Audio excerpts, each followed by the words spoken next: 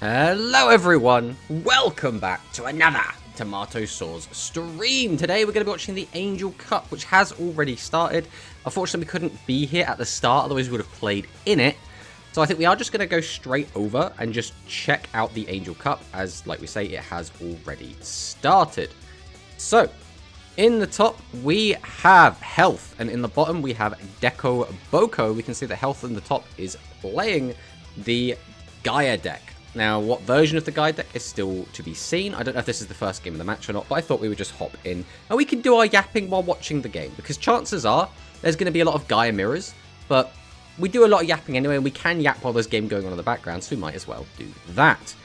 But the plan is we'll watch and commentate over the Angel Cup first, and then we'll see about maxing with like another kind of bad deck after this, assuming this doesn't go on too long, which we shouldn't expect it to.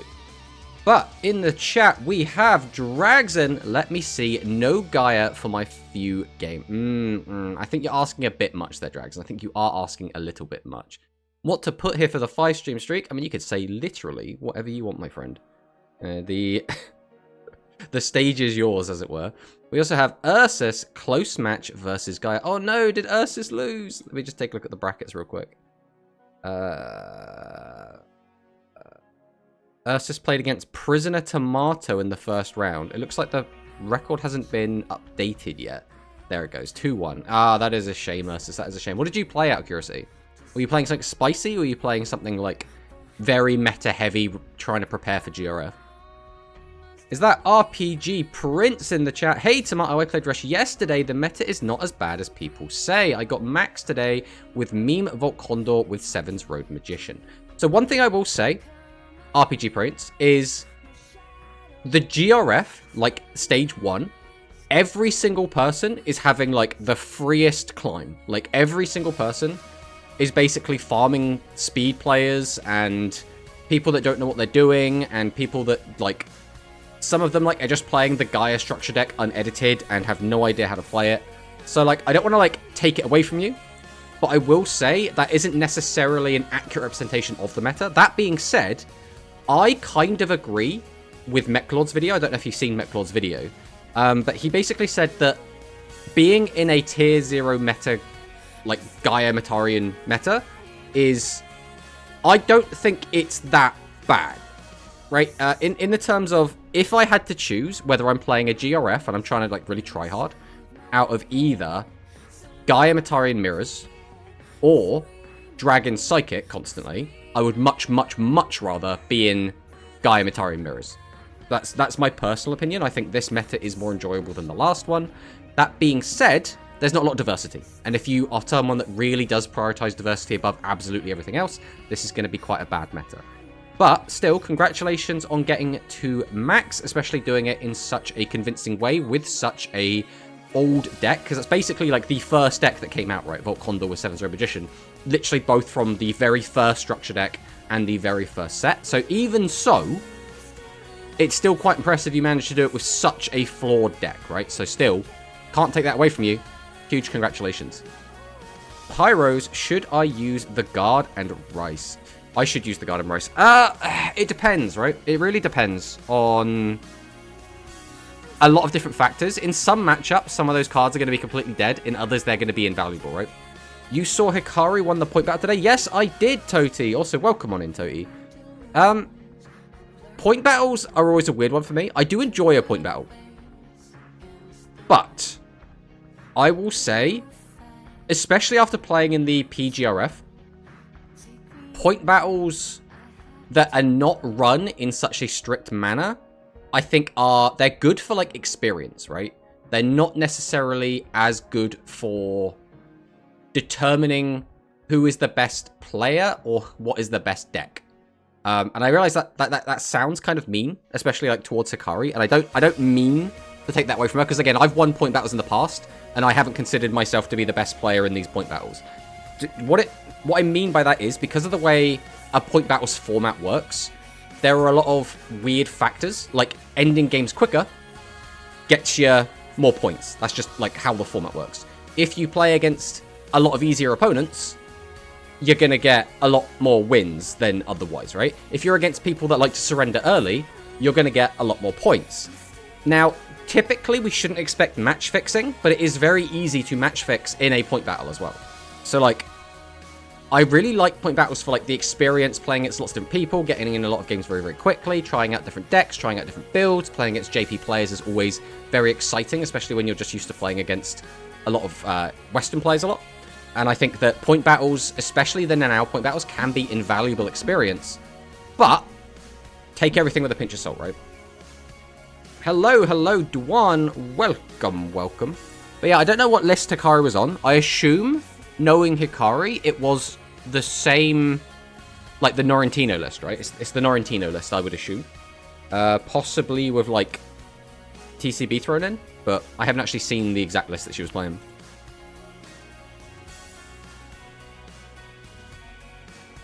So we are going to be seeing Swift Gaia come down.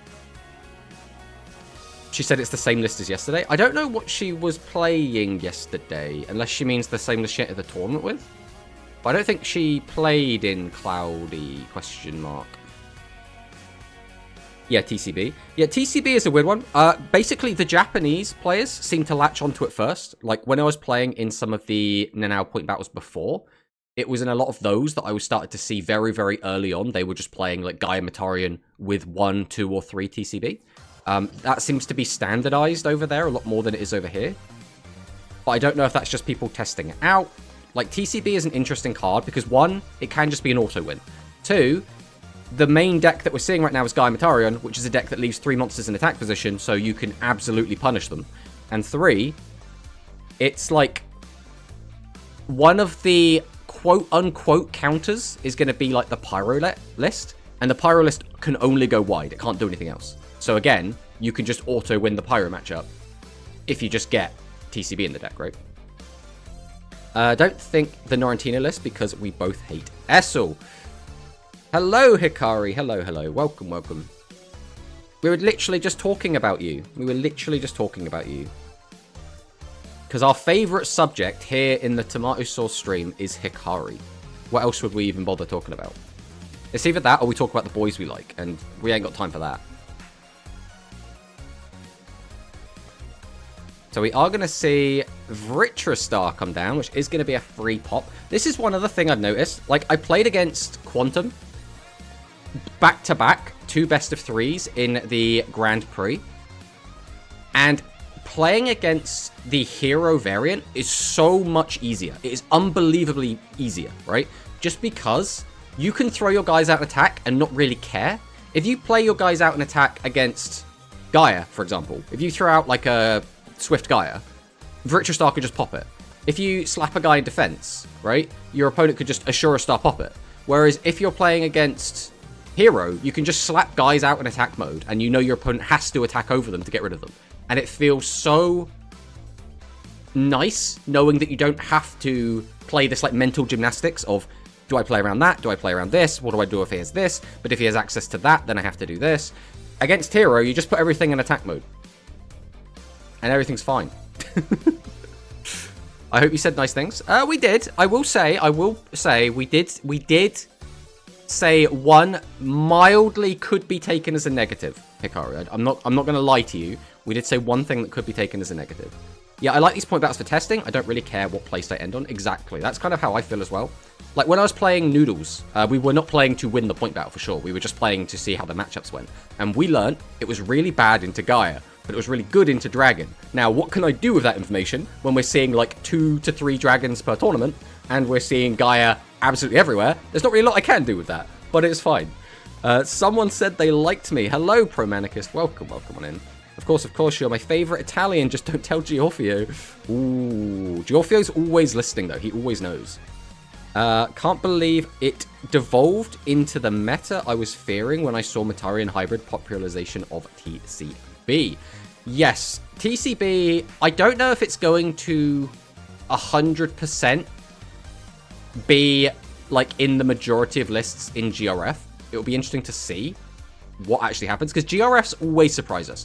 I don't think we've ever had a GRF that has 100% met everyone's expectations. There's always weird things that happen, right?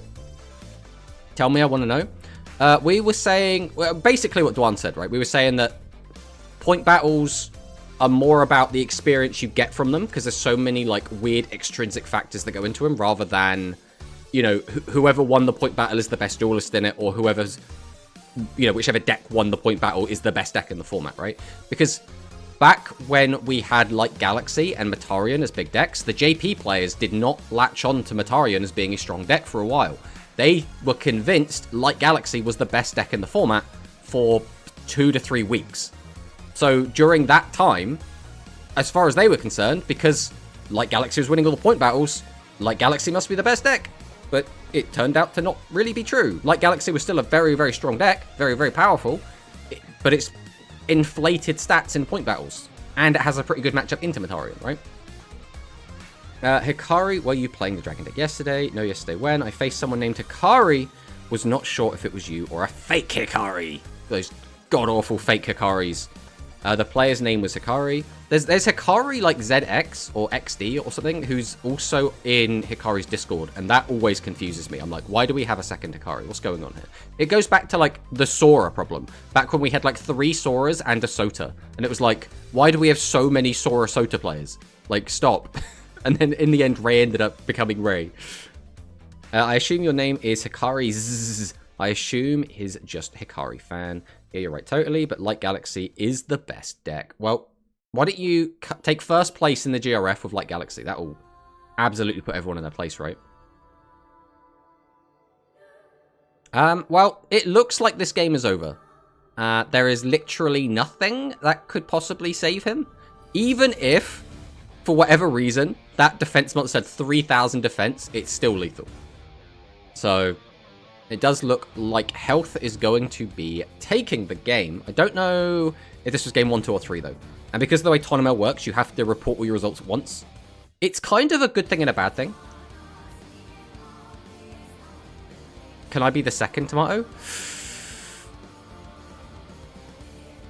What? I'm now like, you want to be like the second tomato? Like you want to be the other person that has tomato in their name? Because we already have Prisoner Tomato over in JP. So we're already fighting for the tomato within the Rush Duel community. Well, so people are allowed to have names that are identical in Duel Links. Yep, 100%. Because you have a different Konami ID, like in-game, Duelist ID, you can have whatever name you want. Which is why, every single time, every single GRF, there is a handful of people that steal my name. So it'll just be like, I'll get someone messaging me going like, oh man, Tomato, you're at 95th and 22nd. How have you managed that? And I'm like, well, spoiler alert, at least one of those is not me. This was the player I lost to. I opened 3 tributes turn 1. Yes, this was health. I mean, yeah, if you... What can you do, right? If you open bad. One thing I will say is we are basically already in top 8. So many games have finished so quickly. So notable games, if we just cut out of this quick, we can jump back into this. It's like Prisoner Tomato is about to play. But if we run over here... I mean, this isn't super easy to spot, especially because of the weird aspect ratio because of the stream. But we've seen Hikari got taken out by Neko Hand. We've seen Bismuth get taken out by KT. We've seen Ursus get taken out by Prisoner Tomato. We've seen Dwan get taken out by Health. Zaga Zaga is still in and did take out Squidflower. And Squidflower is notably a very good player. We've also seen Gozu get taken out.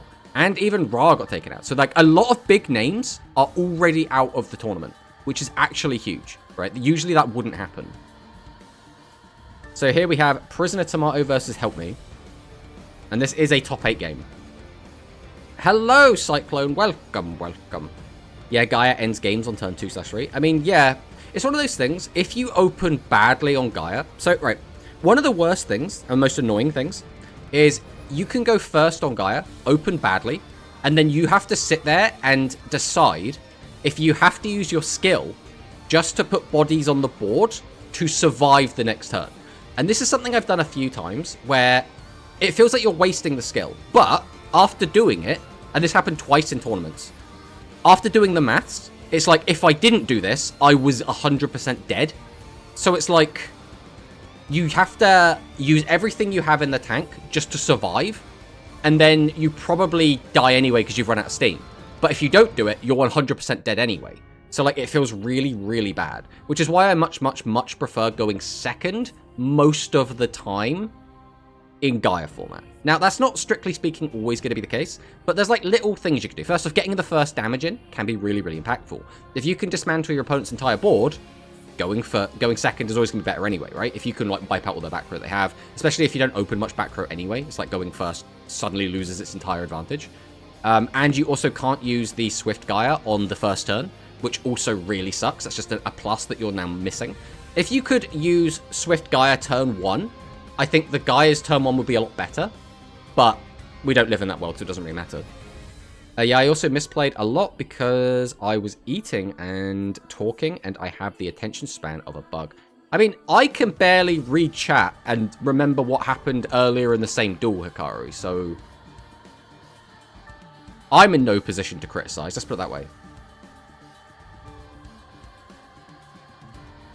Alright, so game 2 of Help Me versus Prisoner Tomato. So far, by the way, we have only seen on stream Gaia Mataria. We've seen literally nothing else. Tomato, guess what? What is it, Vali? Tomato, do Rush need more traps that do stuff even when getting deleted, like, say, Trap Hole? So, it's not an easy problem to solve, right? Because for the longest time, especially earlier on, like pre-Go Rush, it was quite easy to, like, point at things and say, this trap card will be really helpful, this trap card will be really helpful, this trap card will be really helpful. The problem is, because we've got all the fusion stuff, and we have the Go Rush, like, accelerated cadence, we now have these, like, Gaia cards, which are, you know, they were released a lot further and deeper into Go Rush. It's created a weird situation where a lot of the older traps that we still don't have are now bad and wouldn't do much. Like, for example, machines have a trap called... Christ, what was the machine trap even called? Battle Demotion. And basically what it says is, if you control a machine monster and your opponent declares an attack, you can change a monster on your opponent's field to defense position. That's fine, but it's a lot worse now, right? If we had that pre-Gaia, that'd be a lot stronger. But now we're in a post-Gaia, post-Burst Wingman world, so it's not as useful. And we are in the ad break, so we'll try and stop yapping to chat specifically and try and focus on the game just for the next minute and a half. And as we can see, we do have 2 Matarian boss monsters, one of each, which is a very difficult board for Help Me to defeat on top of actually kill through. It's going to be next to impossible. And Help Me is going to scoop, which means Prisoner Tomato is going to be taking the win.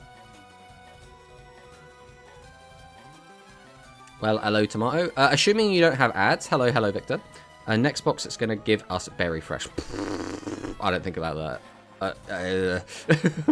Berry Fresh is so... It's one of those decks that plays on, like, a completely different access to every other deck, so most of the tools that you have to deal with other decks just don't work on them, and that makes it really frustrating. Yeah, no ads. There we go. Perfect. That means we can have a chat. Where the ad? Dragson always dodging the ads. Oh, hey, it's Gaia Links. Hello, Alpaca. Welcome to the Gaia Rush Festival pre-tournament Angel Cup. Screw it, give us all the modern day Rush decks. So there is a point, and I'm not entirely sure when it happened. It might have been around... It might have been when Dark Matter got introduced. That might be the changing point, where suddenly decks got really, really, really fast. And I think up until then, the game felt like it was in a really good spot for, like, having a lot of back and forth, trading blows, getting in some good damage, but you don't just OTK your opponent every single game. And it felt like it was in a good spot, but now decks have hyper accelerated. So if you're, like, really tryharding and you're playing what is arguably going to be the best cards in the game, the best decks in the game, you now on turn 1 can, like, turbo through 15 cards in your deck, get them all into graveyard, draw a whole bunch of cards, set up a really big board, get like 3 traps on the field, and it can look absolutely disgusting. So I almost don't want to get absolutely everything out all at once. I kind of want to get into that middle ground where we had quite a diverse meta for a long while, and kind of hold there for a bit. That's kind of what I want to get to.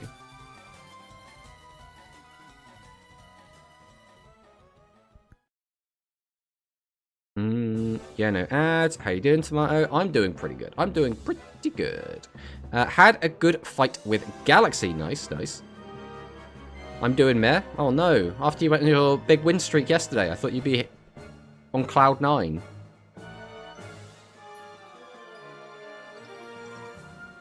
But yeah, for me, so for example, we've had monosyncs tournaments, which have been very enjoyable. I have thoroughly been enjoying monosyncs OCG tournaments. But I am the kind of player that I will either go into an event and I'll play meme, and I'll be expecting to win 1 or 2 games, have a bit of fun, then get knocked out by meta, right? Or I will super duper try hard, and I will take in the best deck in the game, and I'll try to win the tournament. Now, yesterday, when I signed up, I went in with kind of a meme deck. I was playing Chaos Galaxy, which is like a mix of Light and Dark Galaxy with a lot of cool fusions, but the deck is very bricky. So I was like, I'll play a few games, hopefully get a few wins, and have an enjoyable time with it. But unfortunately, I went against Gaia, which is probably the best deck in the game at the moment. Probably. And it's seeing a lot of play. In fact, the grand finals of that tournament was a Gaia mirror. So in both OCG and Duel Links, Gaia is like the strongest deck right now, which is very amusing, but also kind of annoying. Tomato, we lost that the second we got Metarian in Duel Links. Yeah. I mean, it was a lot of factors. But I think Metarian was the most annoying of them. Because there was a time where if you removed Metarian from the meta actually looked kind of nice. There was what? Light Galaxy. There was the Spellcaster Fusion deck, which did okay. There was the Dragon Fusion deck, which was the weakened version before it got buffed. There was Cyber Dragon was doing well. Worms were putting up a decent fight. The Celestial Warriors were like looking okay. There was like quite a lot going on, and then like Dark Galaxy came out, and then that seemed like a pretty responsible deck. Like very aggressive, but like could burn out, and like that's kind of, you want to have a couple of decks like that in a format. You forgot Dark Galaxy, hey? Well, Dark Galaxy came out alongside the Worms, the second wave of Worms, I want to say. I can't remember.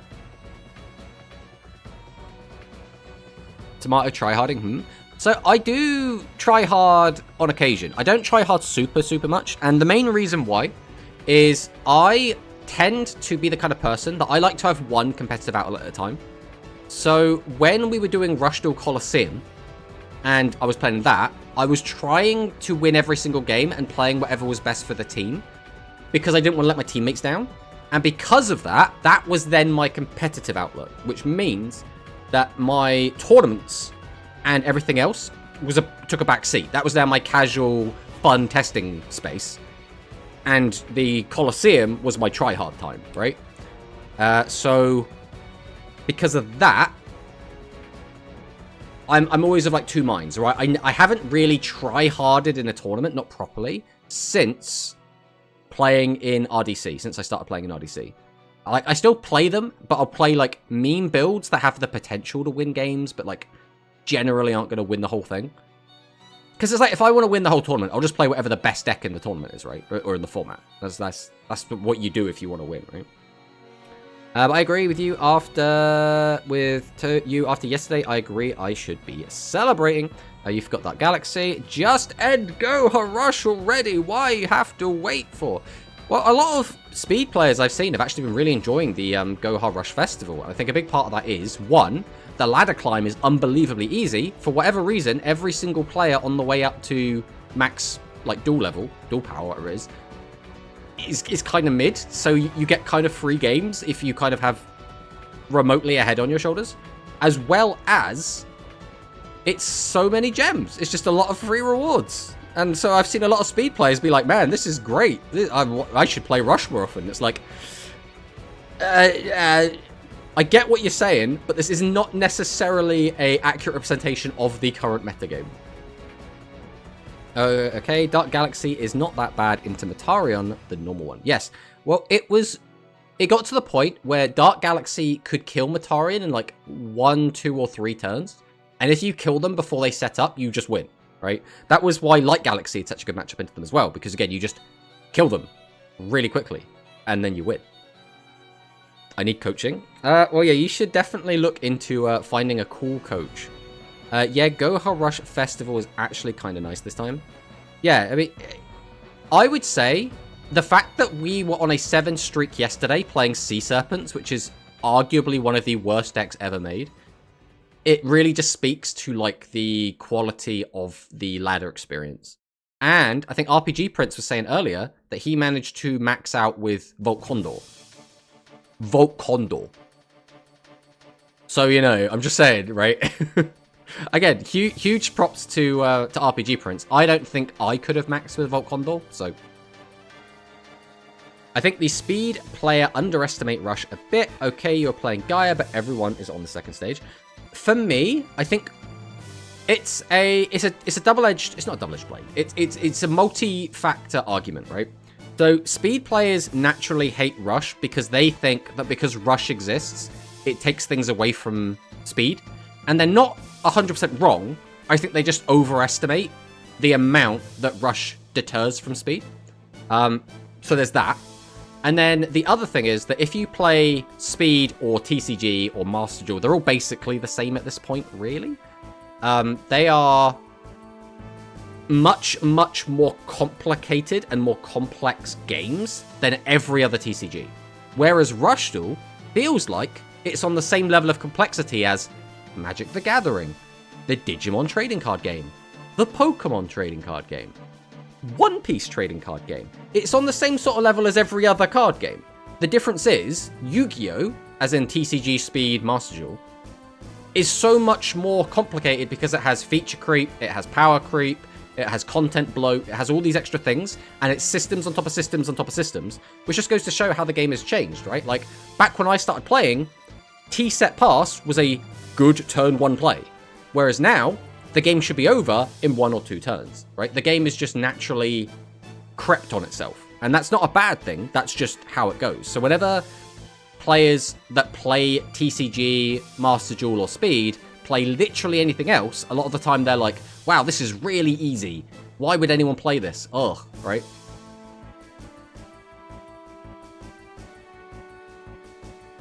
I ran into a few people. I don't know the Oblivious been playing Speed only.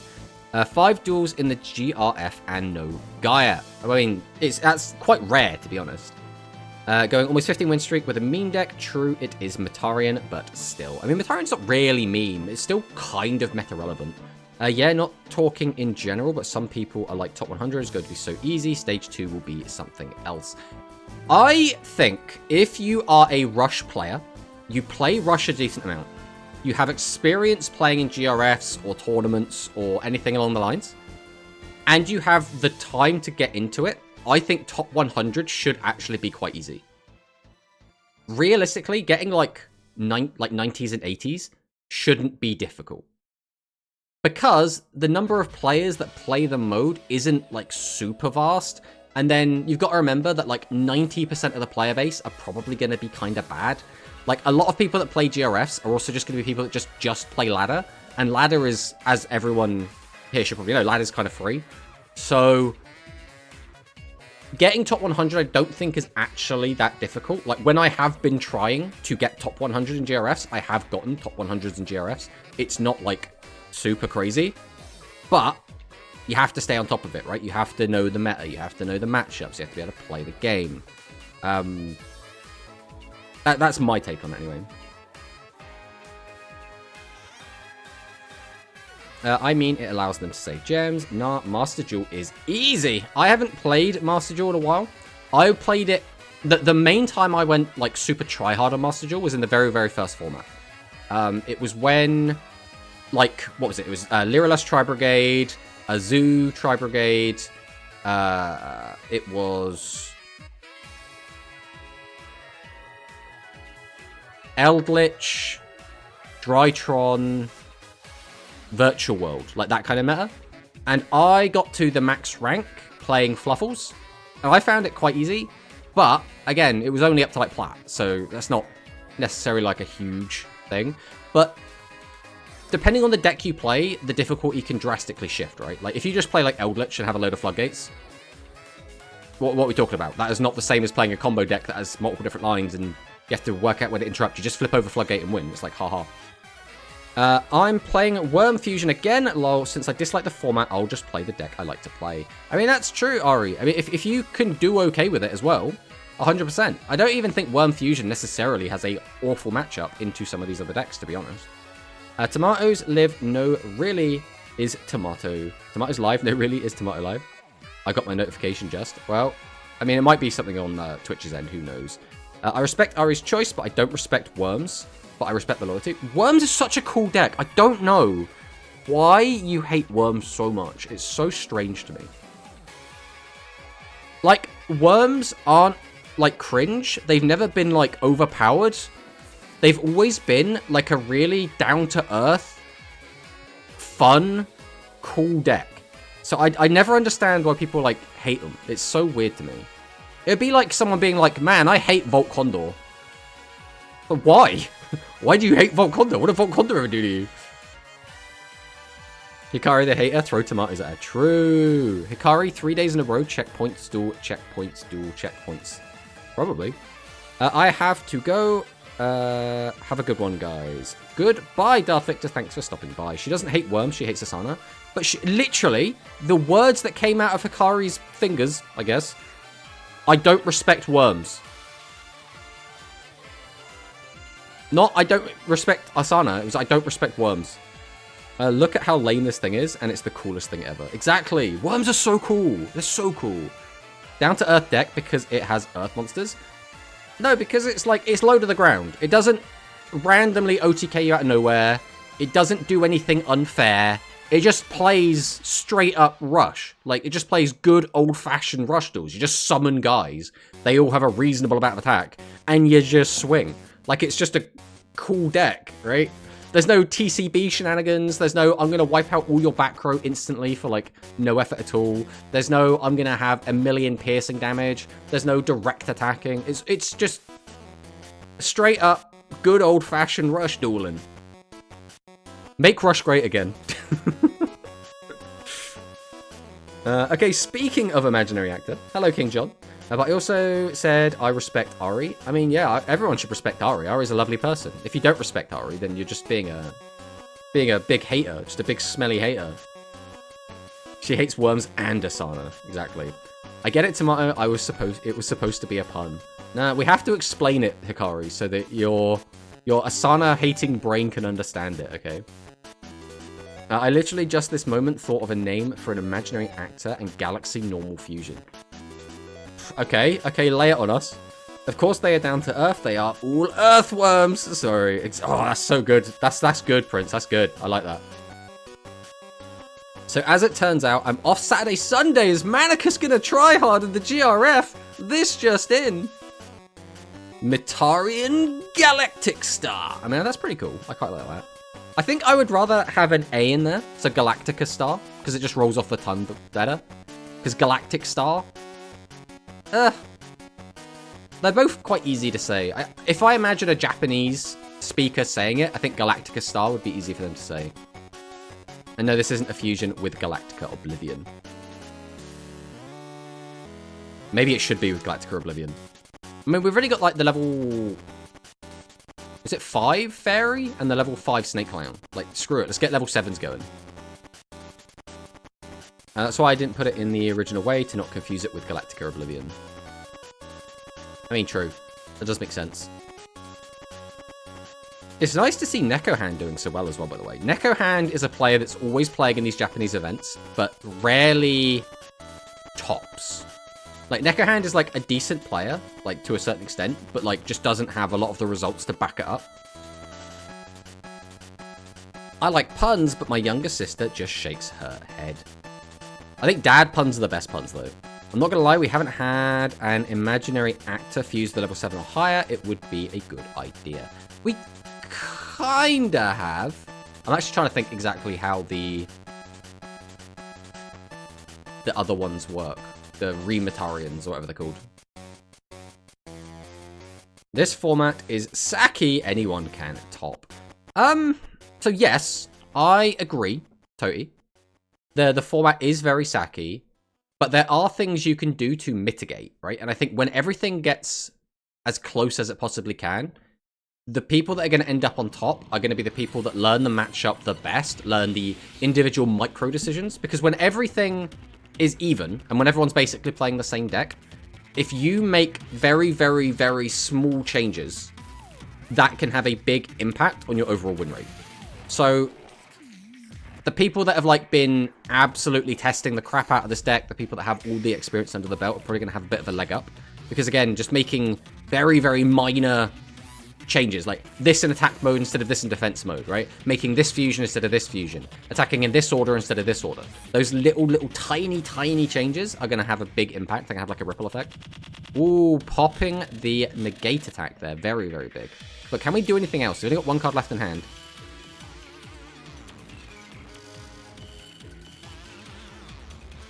Look at Norrentino. Yes. I mean, that is a thing, right? Like, Norrentino, I don't want to take anything away from Norrentino. I'm sure he's a fine rush player, but, you know, he did kind of come out of nowhere and start winning multiple events, right? So, but saying that, you got players like Paris, right? Now, Paris might not be on the same level because Paris is going to Worlds, right? As a speed high-level player, Paris, I think, has always been one of the strongest speed players, like, full stop. So him coming over to Rush is not really much of a shock that he's suddenly doing well in Rush, right?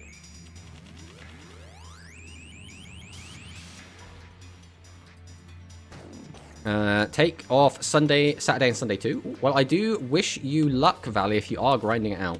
I get you, my friends want to hit me sometimes, but they are too kind to do that. He has a good teacher, though. Stop self-glazing. No. Just no. You know what? I might actually make that a custom Rush card. Problem is, I don't have an effect. I mean, on Dueling Book. Cool, cool. Do you think the point cutoff line will be naturally higher because of faster games? The previous format was Psychic Dominant, had a lot of Psychic Mirrors, which were mentally draining, which might have led to a fairly small point cutoff. I'm not entirely sure, if I'm totally honest. Basically, the way that the GRF Stage 2 is designed is you always get more points for playing more games. Which means the more people playing and the more games played, the more point bloat and point inflation will be a thing. So I would expect if games are a lot quicker and people are playing more games, again, because the Gaia matchup isn't super mentally draining. There are different decisions you can make. There are decision points, and you can somewhat differentiate yourself as a more skillful Gaia player than someone else. But the difference between like a good Gaia player and a bad Gaia player is going to be like negligible, whereas like a good Psychic player versus a bad Psychic player, there's a bit more of a noticeable gap, right? That being said, I think that, yes, I would expect there to be a much higher point cutoff. What about me? What about you, Cyclone Valley? What about you, my friend? Oh, here comes Type Change Beam from Prisoner Tomato. We have changed it into a machine? Or is that a warrior? That's the machine icon, isn't it? No, it is a warrior. Okay. So we're going to try and end the game here. We haven't been keeping track of trap cards. I think we might have already popped NA, but we have not popped Majesty. Okay, so the game is going to continue, which means this might be over. This is actually quite a long game. This is going to turn 9. Both players have very few cards left in deck. Will Parko go to Worlds again? I think it will be a lot more difficult for Parko to make it to Worlds this year. He has been a lot more busy this year than he has last year. And I would say the quality of player overall in the community has gone up quite a lot. So, as much as I would just like to say, yeah, 100% Parko's going to Worlds, I think he still definitely could go to Worlds. I still think he's one of the better players in the community. I don't know if he's going to have the time to dedicate it, or dedicate to it like he has in the past. But I think it will more depend, like, what format we land in, and does Parko have a lot of, like, college responsibilities closer to the time of the World Championship qualifiers. To answer your question, imagine reactor fused to level 7 or higher. What are a star forming for Matari and Asura Star? I will, although correct, you were close that time at least. So great to see you. It's the machine icon. It's clearly a guy in armor holding a shield. You say it's clearly a guy in armor holding a shield. It's like a tiny little, like, silver circle. That didn't really look like anything. So don't give me that bullshit. I will go to Worlds. I mean, I hope you make it to Worlds, Akari. I would like to go to Worlds, but I don't think I would want to go as a player, like straight up. I think going to Worlds would be very stressful as a player. But I would love to go there as like an analyst or just a content creator doing interviews or as a commentator. I would love to do any of that stuff, but that's realistically not going to happen. So it's a shame, but if they do open it to the public though, which they haven't done for the last 2 years, so I would not expect it. It's close enough that I could just travel there. But again, I don't think they're going to open it to the public, so I won't be able to do anything. Personally, to me, the robot looks like a robotic insect. Yeah, that's what I think as well. That's what I think as well. Now, Parko is still the best player in NA. LATAM will be harder to qualify. I think a big part of that, though, is that a large quantity of the best Rush players are from Europe. And I think that makes NA look a bit weird. Because, like, NA's top 3 players were what? Parko, Quantum Cubes, who, by the way, Quantum wasn't even a Rush player. He got, like, the bare minimum coaching from Giorfio, who just basically said, this is how you play Cyburst better. And then he just topped with just that. And then Hylister, who doesn't even play the game anymore. And Hylister was, like, a strong enough player, but not, like, anything crazy. Like, Hylister, like, never won a tournament, right? Hylister never consistently outperformed everyone else in the bracket, right? So, like, NA does seem like it's lacking a bit of talent. And then when you compare that, Parko definitely stands out as being cream of the crop, right? LATAM will be harder to qualify in this time. Yeah, LATAM also has a lot of really strong players. LATAM, very, very competitive region. I think it's funny because I think going into Worlds, a lot of people thought that the Japanese players were going to be the scary ones. But really, it was Europe and LATAM that were like the scary players. Hashtag Tomato Worlds. Not happening, realistically. But here's my question. What do the Russian exclusive types look like? Is Quantum already qualified? Yes. Yes. Yeah, Europe is strong. Realistically, I won't even try especially if I have work, depending on the days. Yeah, you'd have to book time of work, realistically. There's no other real option for you there. Stage 2 starts tomorrow until Sunday. But GRF is not the same thing. You don't qualify for Worlds by winning a GRF like you do in Speed. I will be qualifying for LATAM because I know we can see the special illustrated icons that each type has. No, I meant for the qualifiers, yeah. It's weird that we don't qualify in the same way as Speed. Like, it would seem so easy to just one-to-one do exactly the same thing. But I kind of get why. They want to have, like, a lot of different representation across a lot of different countries. And, obviously, they don't want to have as many Rush players there as Speed, most likely.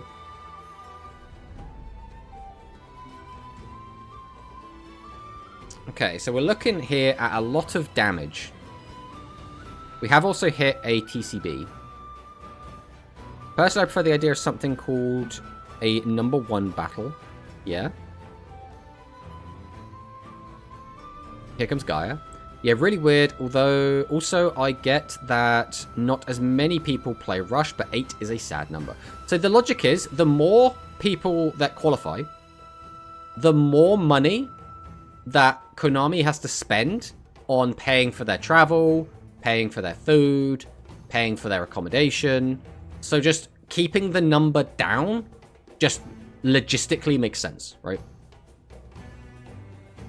Where to qualify, you have to enter as a best of a certain thing, save the #1 Galaxy player, the #1 Psychic player. So I get what you're saying, King John. And that is quite common in Cardfight Vanguard over in Japan.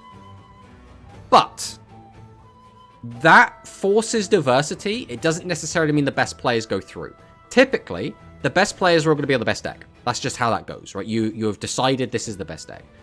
And forcing diversity is nice for like a viewing experience, but it's not as nice in terms of, like, having a competitive format, right? Because now, all of a sudden, like if we did it for this format, for example, right? You would have, let's say, 3 players that are playing Gaia get through, and the top 3 Gaia players go through. Basically, you know the winner of that Worlds is one of those 3 Gaia players. They are going to beat everyone else, right? But if you don't have it set up so you have to mandatorily use the same deck, then everything gets thrown off, because you could just play something really bad that's just good enough to be the best of its weight class, which then also throws the game off. So, like, I like the idea. I don't like it in terms of trying to find out who the best player is, but I do like the idea from, like, a casual fun standpoint. 7 game in and a Gaia shows up. No, Dragson, no! Vanguard mentioned I'm in Worlds format, you can't play the same deck. Yeah, I mean, it's one of those, like, because of the way that Worlds works, it's also weird because you have, like, 5 different decks, which has, like, a bunch of other weird connotations attached to it. Because then you could, like, get into, like, a weird matchup or, like, a good matchup or a bad matchup. I got the idea from number 1 Sentai Gozyuga, because that's how their number 1 battles work. Again, I really like the idea of that sort of thing in a more casual environment. I think it's really, really fun. But if we're trying to find out who the best player in the world is and giving them a lot of prize money, or in this case, a trophy, a card that's worth a lot of money, a bunch of other prizes, I kind of am the kind of person that's like, I want to see the best player in the world get this. What I personally would like to see is if they change the Worlds format to be more like Conquest from Hearthstone, which is, when you win with a deck, you're not allowed to use that deck anymore. But you have to win with all 5 of your decks, right? Because that way, you don't find yourself in, oh, my Psychic deck gets hard countered by your, I don't know, let's just throw something random, your Royal Rebel deck, right? And so now, my Psychic deck has been spent because I played it against you playing your Royal Rebel. So because I got the bad end of that matchup, I'm just screwed for the rest of this, like, best of 5, right? Which is really weird, and I don't like that. I would rather you get to play your deck so you guarantee find the matchups you want to play. Or at least the favorable matchups. Because otherwise it's a lot of luck, right? Now you could say, oh, you got to predict what order your opponent's going to use their decks in, but it's still a certain amount of luck. You can never 100% predict what your opponent's going to do. How many rush boxes before Worlds? Probably 3 or 4, I would think. Okay, hot take. We are going to get rituals in Russia next World Championship after this one. It'll be interesting. Be interesting to see.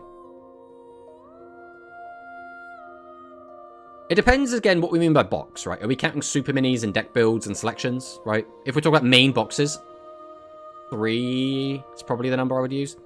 Every World Championship, we get upgraded Ace card, and the Rush Worlds are up this year and next year. So here are my predictions. I see.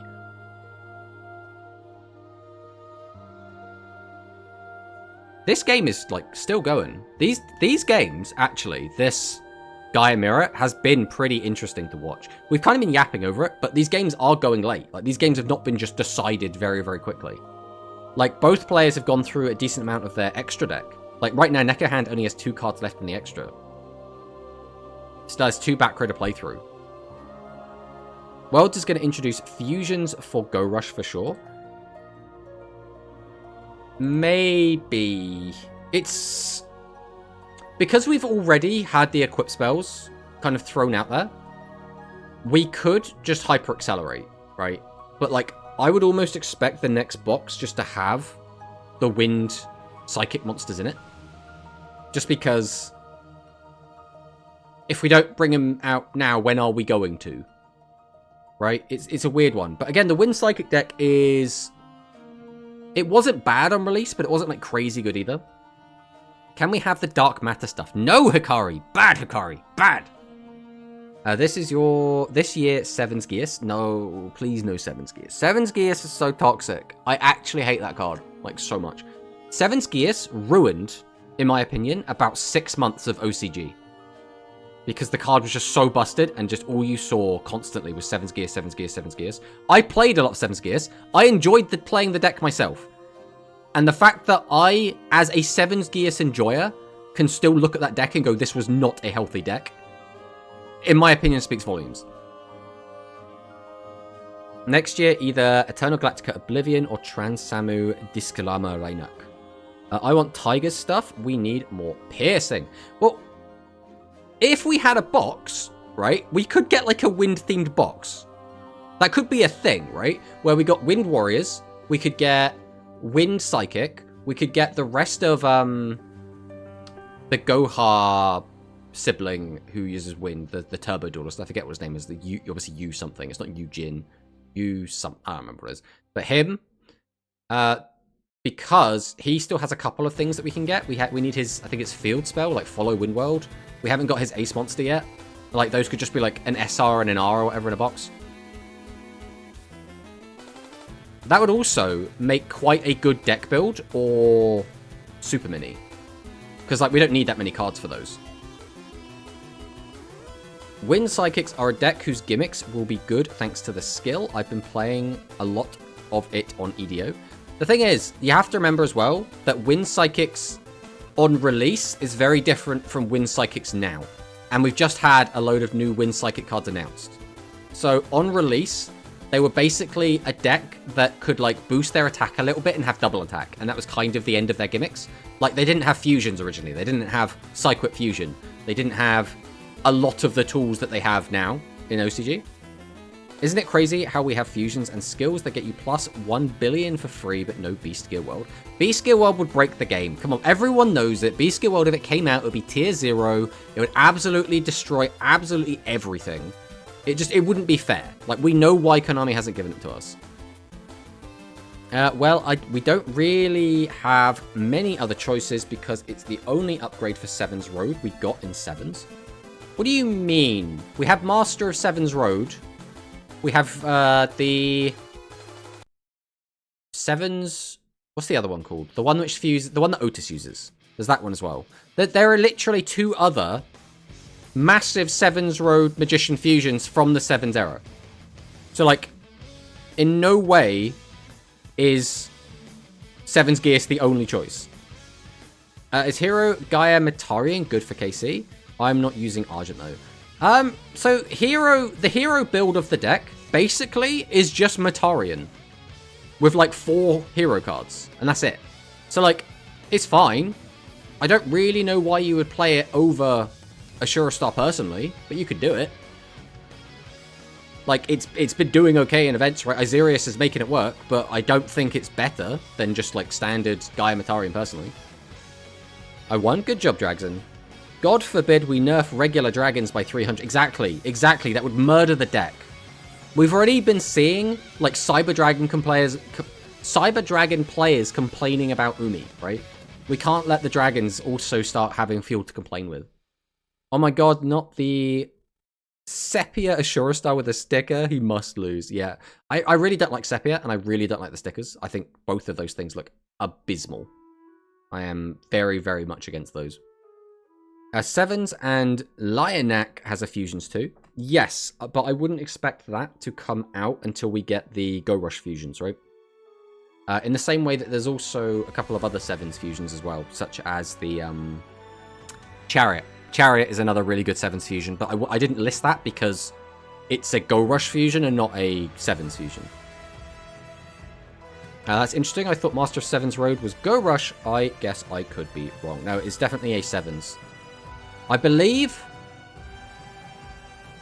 I can't remember if it came out in the Gold Rush Box 2, which was the final 7's box. As in, like, it was like a special promo box, but it was a 7's box. Or if it came out just before then. I can't remember, because it was the same box. The box that I'm thinking of at the very least is the one where we got the Beast Magnum Overlord. I can't remember what that card's even called either. Not gonna lie, I would prefer that over 7's Gears. I'm pretty sure we're saving the Dark 7's Road for when Otis releases as a character. We don't even know if Otis is gonna get released as a character, right? I would think he would. Right? Like, there aren't many more characters you could put in as a character that, like, makes sense. Because, like, there's, like, the big ones, right? Like, the big ones for me would be Tiger, maybe Gohayuka. Like, that, even that's, like, you got to kind of squint at it to, like, really see that coming out. I think, like, Swirly / Yuga Goha, and then Otis, right? They're, like, the big ones left. But there is, like, 30 Go Rush characters that I think could come out as characters very easily. Stormy wants Seven's Ultima Witch. Seven's Ultima Witch is, like, fine. The thing is, Seven's Ultima Witch isn't even a very good card. I think you'd need, like, a really good skill to make it suddenly actually good. Let's go take a look at the bracket quick and see what's going on here. So, Neko Hand has now advanced to the finals. Straight up.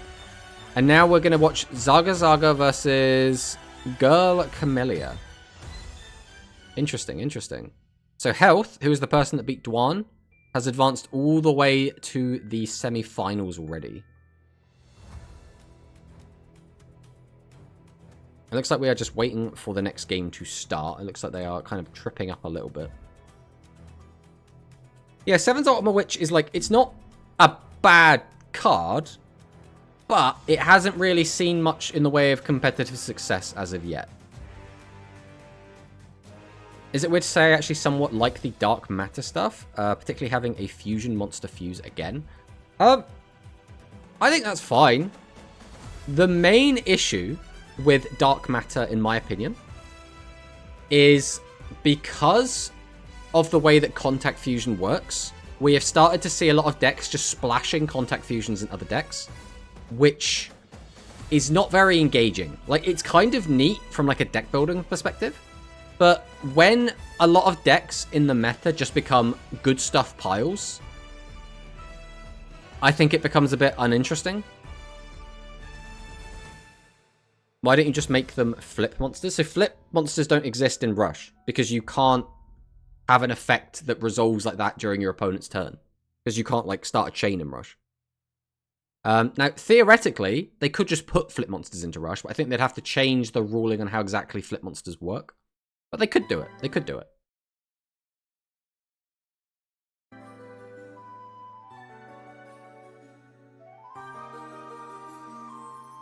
Now we just wait to see what's happening here. So Zaga Zaga is one game up, I believe, but his opponent isn't sitting down at the table.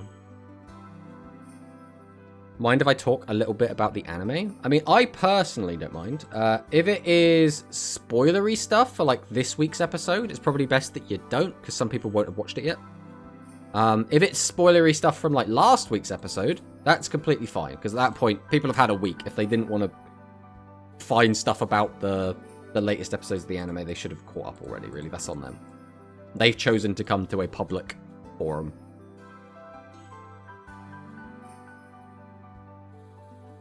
It was a few weeks ago. The highest I got was episode 145. So I'm actually, by the way, a little bit behind on the anime myself. But at the same time, it's my fault I'm behind on the anime, right? So, like, it's whatever. I don't mind if people talk about it. They are 1-0. So they were shadow gaming? I think they were shadow dueling. Does Rush have rituals? Yes. The anime does. We have a structure deck coming out soonish that has rituals in it as well. That'll be our first physical rituals. Now, regarding the weird vision that Zuijo had, it was like a hymn and Requiem falling to their death. I need answers. No, you'll never get your answers. Well, wait, the very finale is, I think the next episode is it the finale? It's like the next episode of Go Rush. Because I was kind of going to wait for the finale and then binge them all at once. That was kind of my plan. Now, please tell me they're going to make rituals an extra mechanic. Yes, Alpaca. They are, like, 99.9% confirmed in the extra. I don't know if we've had it 1,000,000% confirmed. I think one of the people in an interview did say it, but I don't think they've written it down anywhere. So, the way they are introducing the ritual mechanic is a little sad, to be honest. We have like 10 episodes since ritual introduction, and only one ritual is being used, which is a bit sad. It is very sad. But then again, like I say, I'm not actually caught up, so I'm just going to take your word for it. They haven't used anything new. The way Takahashi intended. No, the finale is the end of March. I see. Hey, Elmaz. Welcome on in, my friend. I'm not gonna lie to you. You love the idea that rituals poison your mind. It's because naturally it's a weird mechanic. I don't dislike it. I don't love it, if I'm honest. Yippee! Now to see if that's gonna be enough to save rituals. I mean, fingers crossed, right? The main issue I've always had with rituals in TCG... First off, I really like the ritual mechanic in TCG. I just think it's a bit bland how the decks basically have to plus 1,000,000 in order for them to work. Because if the decks don't plus 1,000,000, and you don't have lots of, like, searching effects, you'll never get a ritual summon off. So... I think the idea of ritual summoning is really cool. I think the way that most ritual decks actually go about ritual summoning in TCG kind of sucks. Hikari, when's your next watch along? Yeah, you need to let us know when your next watch along is, Hikari. It's very important. And I know it might not be a popular thing, but I would love for you to watch the Capsule Monster episodes of Season 0 because they are so fun. And Season 0 is such a vibe. It's such a vibe. You should also, by the way, I would also throw my hat into the ring for the Season 0 movie, which is about 40 minutes long. It's really good. It's really good. Again, it's super old, but it's like, it's peak, like, classic, like, crunchy Yu-Gi-Oh! It's so good. It's so good. I would say, so, as it's an extra mechanic now, that was the main problem. Everyone had it, should help it, but I don't think it's going to make it decent. I mean, basically, yeah. It'll come down to how easy it is to get them out and how powerful they individually are. Tomato, do you think we're going to get rituals in Rush Duel Links? I mean, we will. Eventually. Do I think we're going to get them soon? Probably not. But if there's like some bad rituals, they could bring them out sooner than later, right? If they deliberately release like really shit ones, they could just drop those, right? They could just do it. They don't have to care. In the finale, I just need Zuijo to be safe and loved and happy and never be hurt again. And am I asking too much or not? You are asking too much, Hikari. Zuijo's going to die, and it's going to be beautiful. He's going to like be very self-sacrificing. Everyone's going to be like, man, Zuijo was such a cool guy.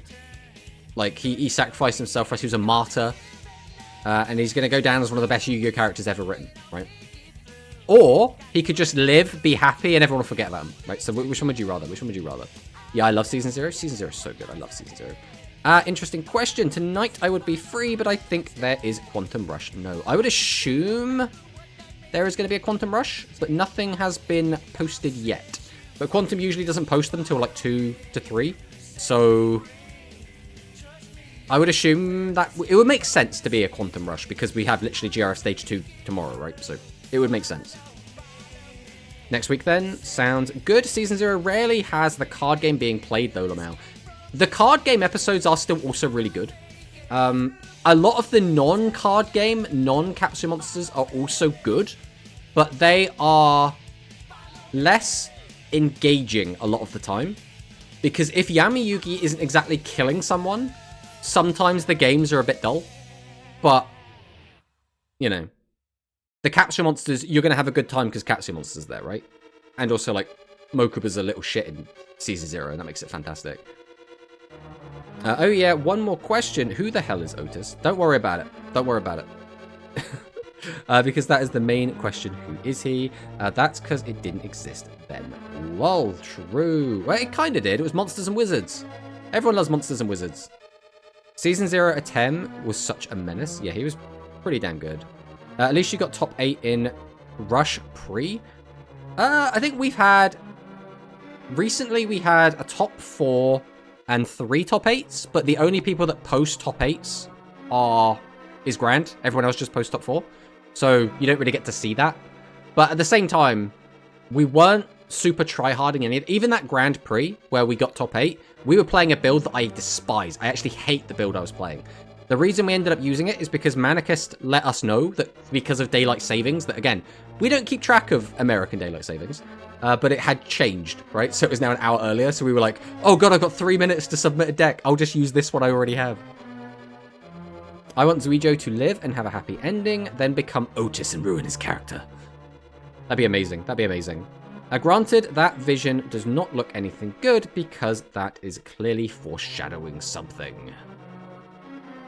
What it'll be is, in the end, Zuijo is going to be Galactica Oblivion, right? They're gonna get to a point where Zuijo like becomes the original Galactica Oblivion card, and then he's just always in Udius's deck, and he's just always there as his partner. He might change the time. I mean, very much could do. Boy, Go Rush is almost over. I ain't even halfway through 7s. Well, you have to catch up, Alpaca. You're gonna have to catch up. And Europe changed the time at the end of March 2. Yes, it's actually quite annoying because where we are right now, where basically America is an hour, like they've set everything back an hour. It means that tournaments now start an hour earlier, which now means it is a lot more feasible for me to actually play in a lot more of these tournaments because they start at 9 instead of 10. That being said, I still am not able to enter a lot of them, but I would like it to stay like this. If everyone could just start their tournaments an hour earlier, that helps me specifically. To be honest, if Zuijo's story ended with episode 98, it would have been better for all his characters and story, but I'm a simp, so I'll take it. And no new anime announced. Dark times for Yu-Gi-Oh! Anime fans. Yeah, I kind of hope, though, that they just take a break and then they come back and they make the animation quality a lot higher. Because a lot of shows have done this, where they'll take a break. Because when you're doing a week-to-week show, you kind of are rushed constantly. Whereas if you have a little bit of time to cook, maybe you could make a show that has like higher production quality. I think that could be really nice. Granted, everyone is predicting that the more times the is ritual summoned, the closer and closer is to becoming a villain. I mean, that's what we want to see, right? We want to see every TCG anime, every single one, the main character is a villain arc. That's just how it goes. Sometimes the villain arc sticks, sometimes it doesn't. They aren't taking a break, though. We are getting Sky Striker and Fallen of Albaz anime.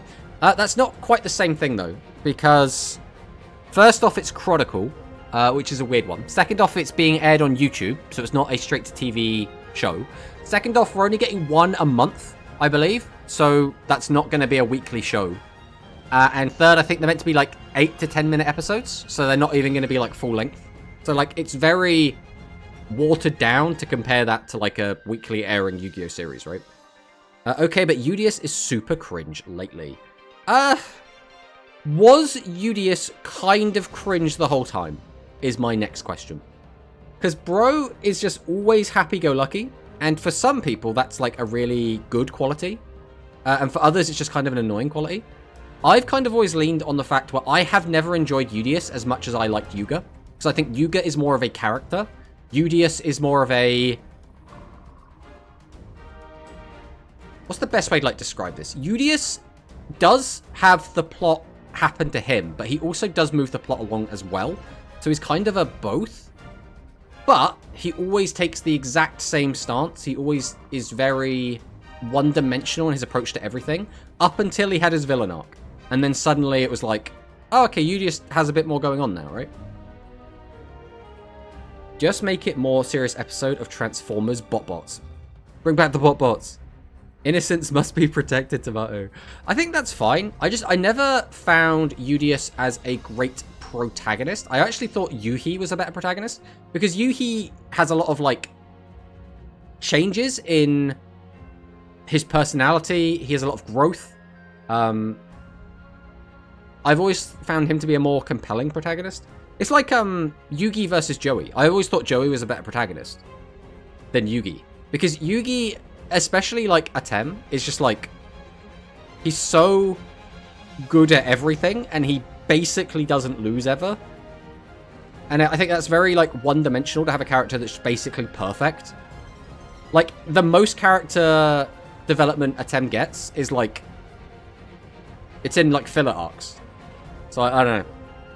I think Joey is a much more like relatable character. Joey's a lot more... We get to see the growth of Joey. We get to see his mindset change.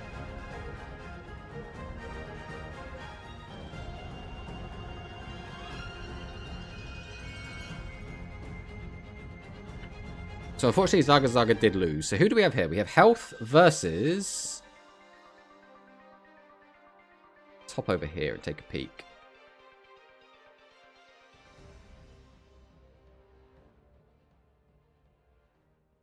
Health versus Shoujo. Okay, so Shoujo is at the top here, playing as Mimi. It's funny as well how we've actually gotten to a Mimi versus Roa game, just because, again, we can use any character. It's an archive skill.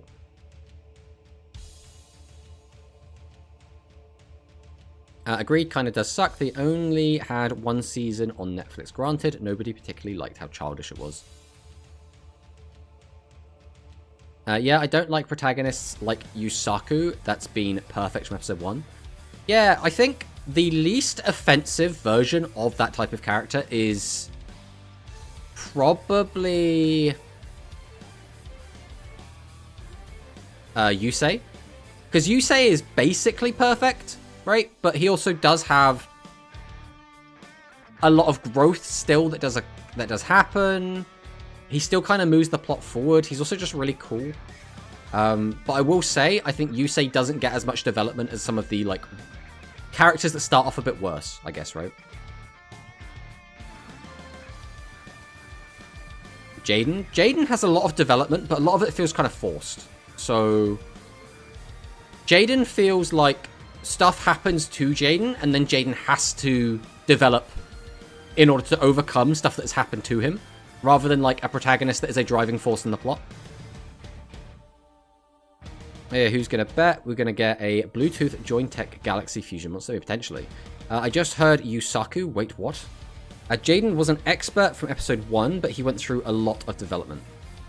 Was Jaden an expert? I mean, Jaden was definitely, like, a strong duelist. I mean, he basically won almost every duel he was in. So I guess by that definition, you could say he's an expert. It's a weird one with Jaden, because Jaden, it felt like Jaden gets beaten by Asta or Edo, and then he literally has to develop. Otherwise, he can't play the game anymore, right? He stops being able to see the cards. And then he gets, like, the Neospatians basically forced on him, and the Neospatians are kind of cringe.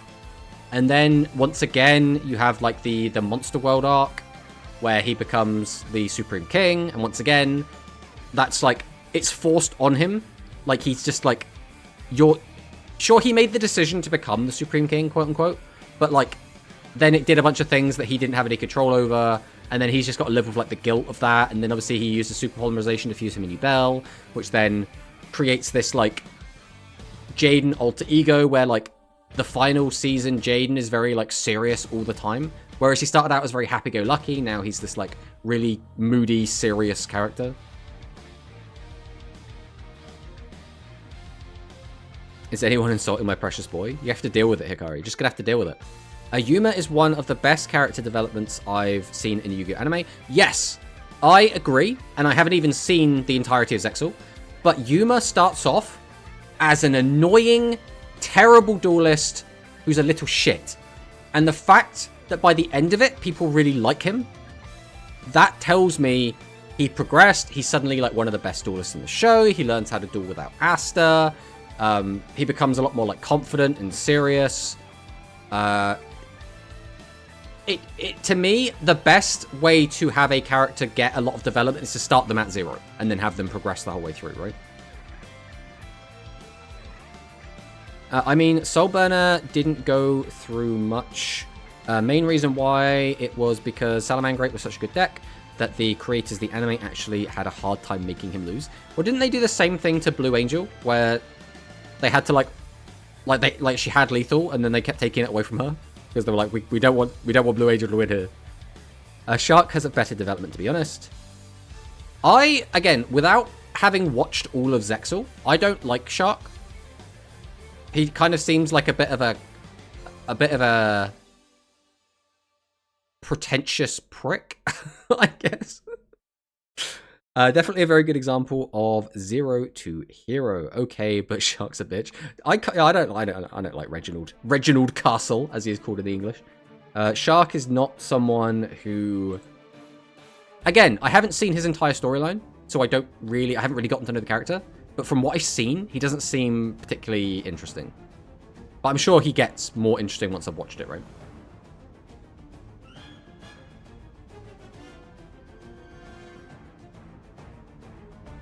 Okay. So we do manage to clear one of the two. I really hate this the Chronicle on these Assure Stars. They look so ugly. Granted, Shark mostly disappears near the end of it. It's just Nash. Is Nash like his alter ego, his like Baryon form or something? Like, again, I haven't watched it, so.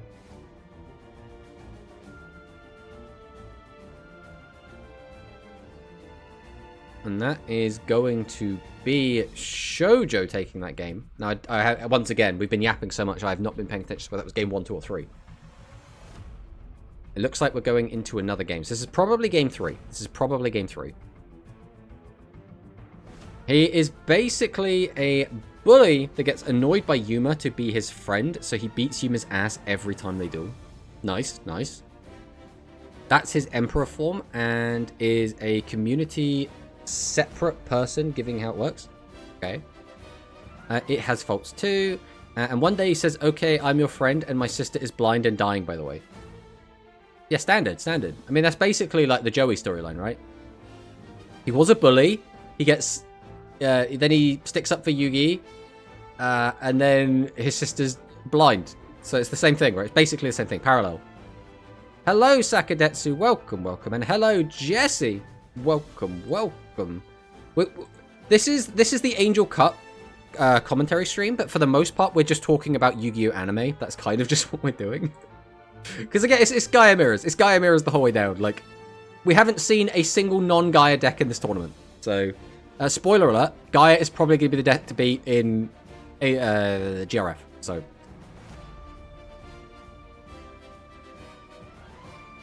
Rio is a Mary Sue, but everyone forgives her because she's a waifu. I mean, waifus can do no wrong. It is the law of anime.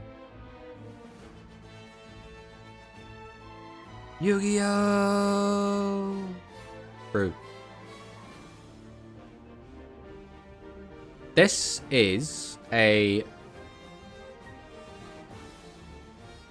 This is an awkward turn for the top player here, or Shoujo, because this...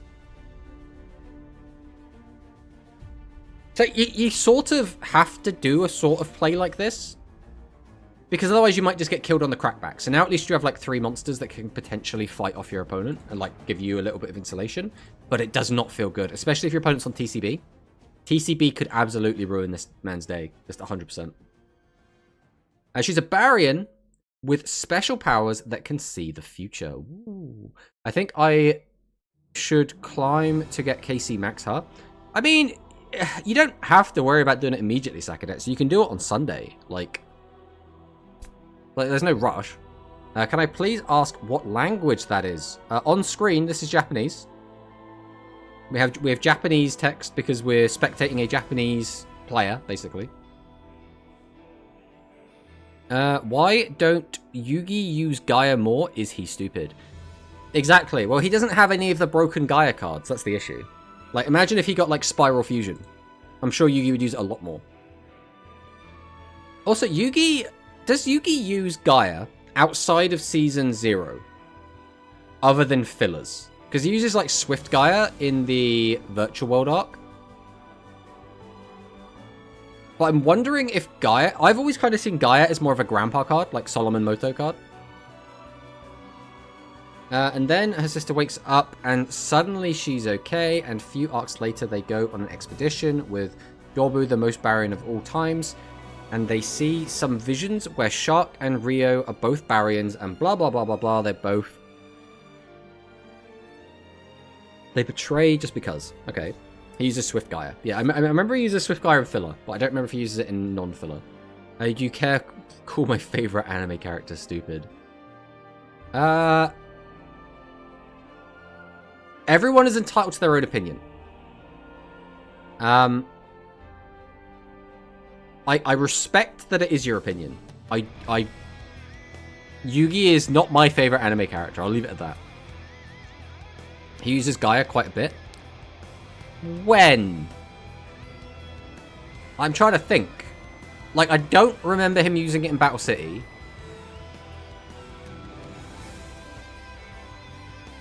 But maybe I'm just wrong. He was set up in the previous tournament by Quattro, making it seem like he cheated looking at Quattro's deck spread out on his table. Also, his sister got hurt. Hello, Money Chaser. Welcome, welcome. Also, I can't remember if he said hello to Lady Jasmine, but hello, Lady Jasmine. He used Gaia to launch out of the Catapult Turtle. That was in Season 1. So we weren't counting that. Unless he used it another time that wasn't in Season 1. I have Yu-Gi-Oh! Posters everywhere in my room. I mean, Yu-Gi-Oh! Is fine, right? I just don't think Yugi specifically is... I don't know, is Yugi like one of the best protagonists? Who is the best protagonist in all of the Yu-Gi-Oh? I really like Yusei. I think Yusei is always going to be a good, like, one up there. He used it versus Raphael. That's another filler one, though. So once again, we've got filler, and Season 1. We're looking for non-Season 1, non-filler. Because in Season 1, it was Grandpa's deck. And in filler, it's filler, right? So, like... could someone give me a Zuijo body pillow? Yusaku? I don't know a lot about Yusaku. And I think that is almost very deliberate. Every time I see anything about Vrains, it's always Soul Burner, Blue Angel, the Gore, and Revolver, right? They're the big I see. I never see anyone saying anything about Yusaku. No one seems to give a shit about Yusaku. I can only assume because he is really boring.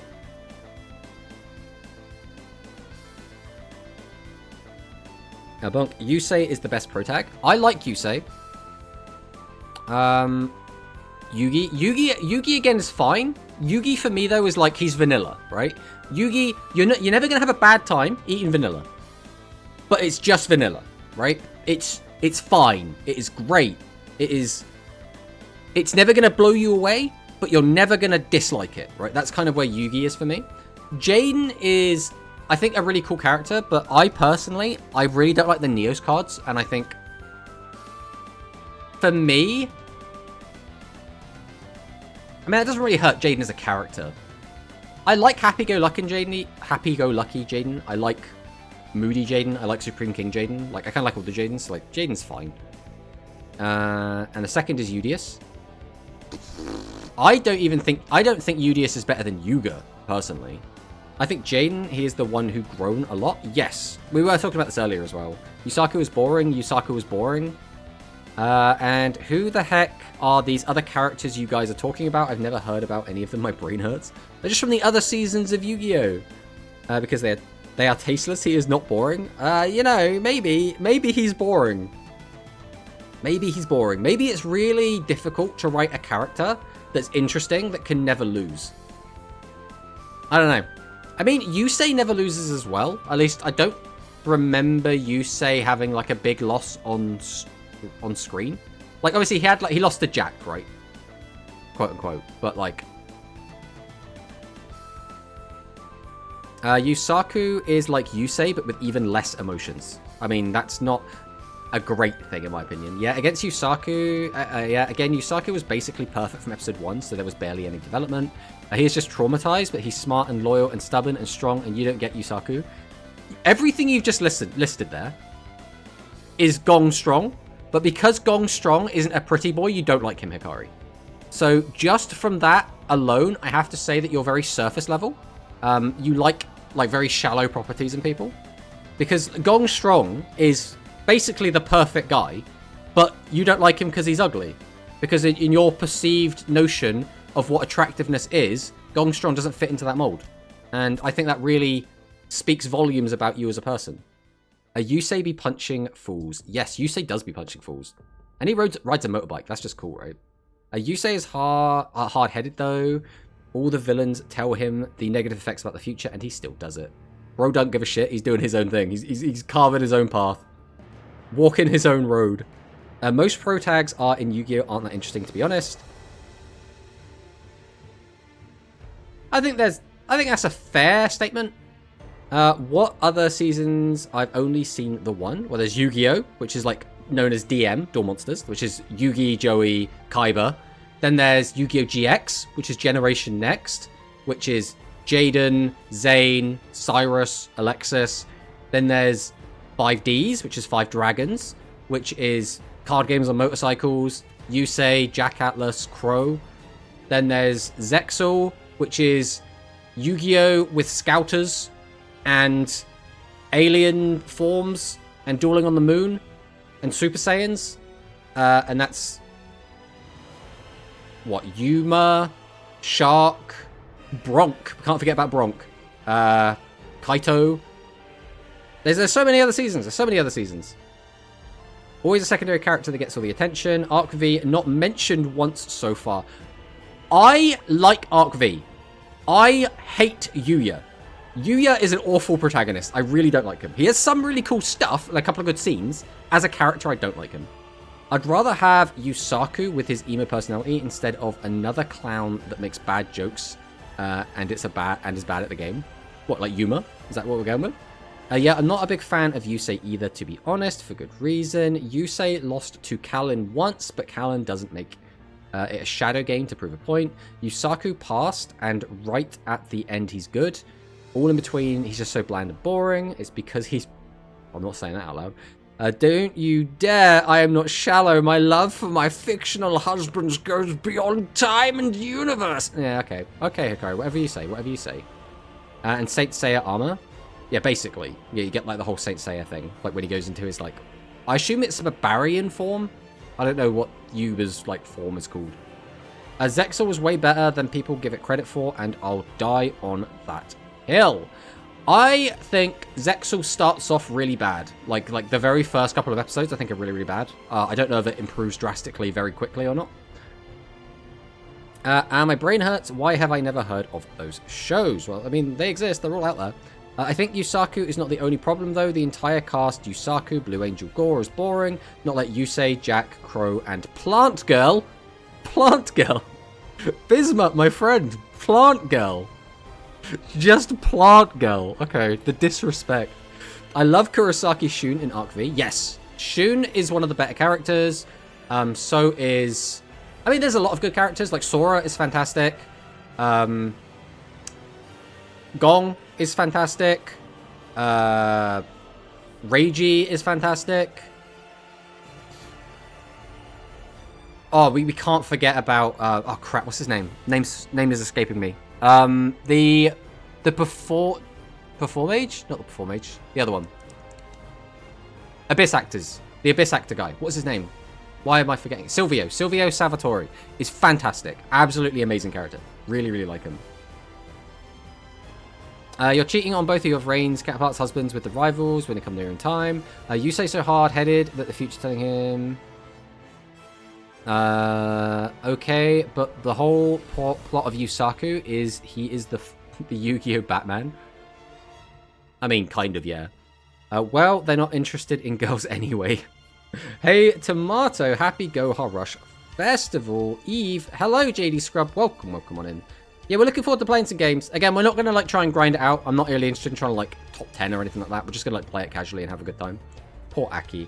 I should watch them. I don't remember the name. Rip. Plant Girl! Bismuth the Giga Chad for that. True. Akiza. A Shun legally can't beat everyone with cards or his hands. Dennis. I mean, Dennis is okay. I like Dennis more than a lot of other people. I think Dennis is actually kind of a nice character. It's kind of cool. But I understand why people don't like Dennis. But yeah, Sawatari. Sawatari is great. Technically, it's not his future self. It's a random guy who got a face job. Plus, they didn't have the Delta access in that timeline.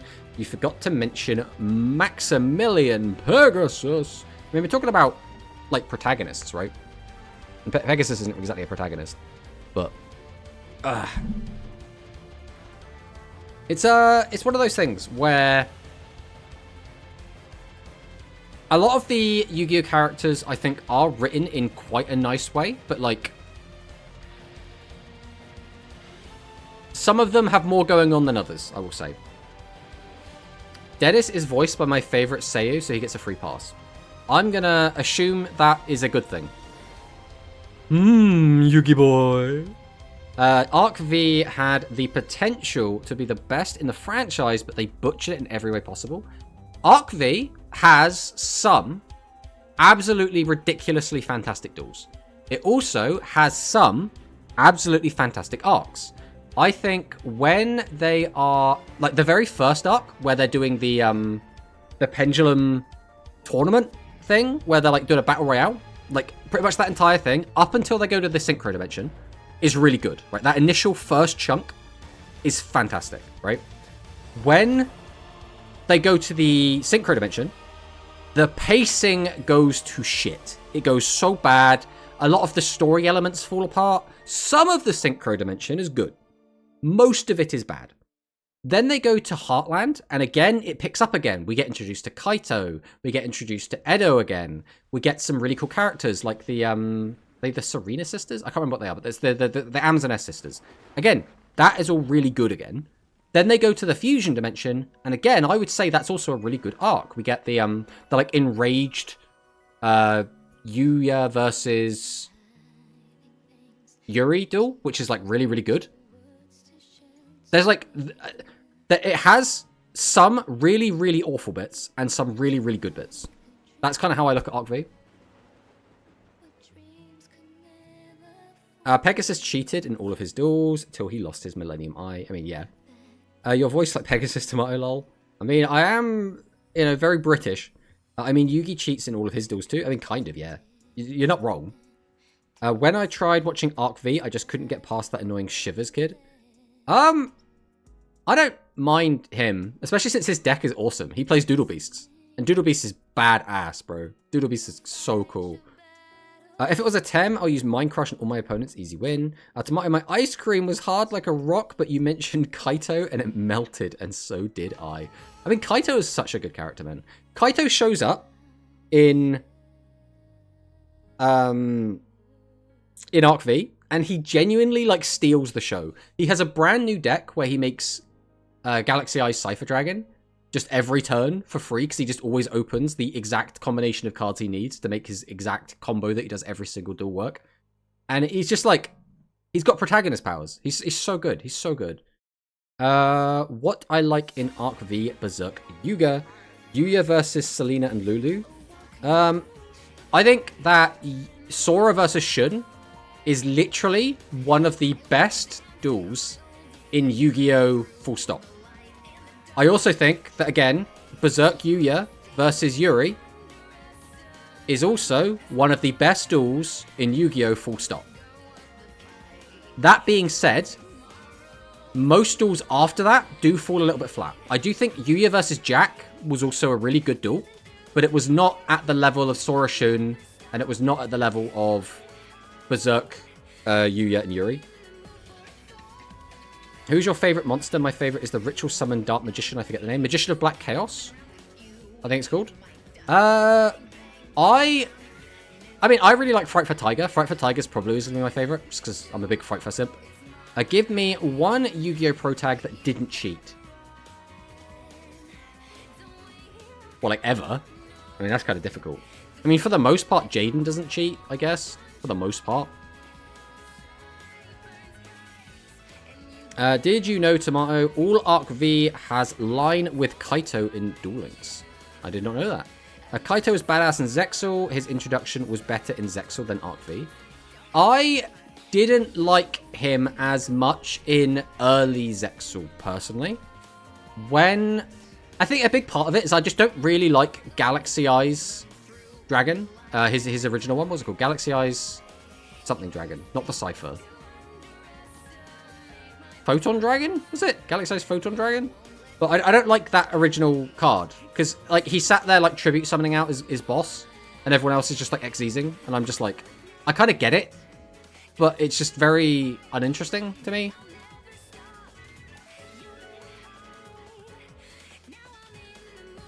Also, hello, Rank Referee. Welcome, welcome. Yugi versus Kaiba. Yugi never cheated. I mean, it depends what you mean by cheating, right? Because Yugi kind of has, like, this magic power to just get whatever card he needs whenever he needs it, right? Most of Arc V duels are terrible because Yuya gets to use action cards on top and writes everything, giving him protagonist luck. A lot of other characters also do the same thing, though. I do have to admit, action cards are a very much get-out-of-jail-free card. action duels aren't that engaging, but I would still say they're better than, for example, turbo duels. Turbo duels are just such a disconnect from the actual card game, because you can never emulate that well, right? We don't have speed counters. We don't have...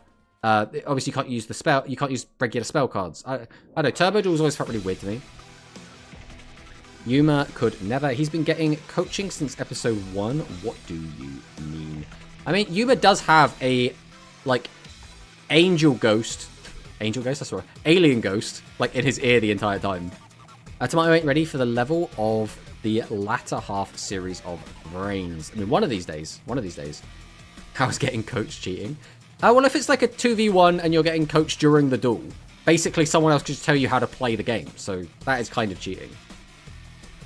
Have you seen the storyline of Duel Links event during unlocking Ghost Girl, Tomato? The cool part of the story is when Playmaker and others seeing all the MCs in different Yu-Gi-Oh timeline legit. So I don't really pay much attention to the story in Duel Links specifically. It is a problem I have, but a big part of it is because a lot of the time I need to just get things unlocked quickly. So like, what I would kind of like is like someone to make a video like compiling all of the story and then walk through it and then explain it to me, and I would watch that. That would be great for me. Tomato's getting coaching cheating. Getting coaching as you're playing is cheating, right? If you're playing in a tournament and you're sat down and there are spectators all around you and you're in the tournament finals, and then some guy walks up and tells you, do that, then do that, use that, interrupt him here. They wouldn't let that. That would be cheating. They would disqualify you, right? Brains has so many meta-destroying decks. I wonder how, if there were times where the characters would have gone on board and still lose because of the writers. And probably. Okay, but Yuba never gave an F about Astral's coach. He did whatever he wanted, and he lost for that. I mean, that's fair enough. Duel Links has a story? Yes, Shari. Hello, Shari, by the way. Duel Links does indeed have a story. 100%. There is also a tournament going on, by the way. This is the grand finals. For anyone that is paying attention, this is Shoujo versus Neko Hand. This is the grand finals of a tournament. It's Matari and Gaia versus Matari and Gaia, like every other match we've spectated today. So, yeah. Discord voice chat users in shambles. Oh no. Okay, but we don't care about the Gaia mirror. I thought I'd let you know. Like, the title of the stream is We're Watching Angel Cup. And we're just talking about anime. Also, Zuzu from Arc V in Duel Links has aligned with Alexis from GX. I mean, that makes sense, right? Because they were both together during the Arc V series, right? How many Gaia entered? Is there a breakdown? No, they never do a breakdown for this. We have to butcher together the results from this stream. I believe the top 4 was all Gaia Matarian. And I think most of everything else in the top 8 was all Gaia Matarian. We literally on stream have not seen a non-Gaia Matarian. Every single game has been Gaia Matarian that has been on stream. Now, I like to think if there were non-Gaia Matarian, Apaki, who is the spectator, would have gone and watched those games, but he didn't. The Alexis from Arc V is an alternate version. Alexis, not the same. I will say, is that something the writers confirmed, or is that your headcanon based on circumstantial evidence that you've pieced together? Because, like, I don't want to say you're wrong or you're absolutely right, because I don't know, right? If the writers have come out and said, no, it's not the same thing, then that's a completely different thing, right? Yeah, they are different characters. Okay.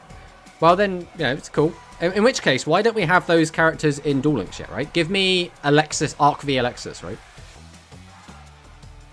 Do you have the latest point battle room results? I mean, I can get them for you if you want. Do you specifically want the latest point battle room results?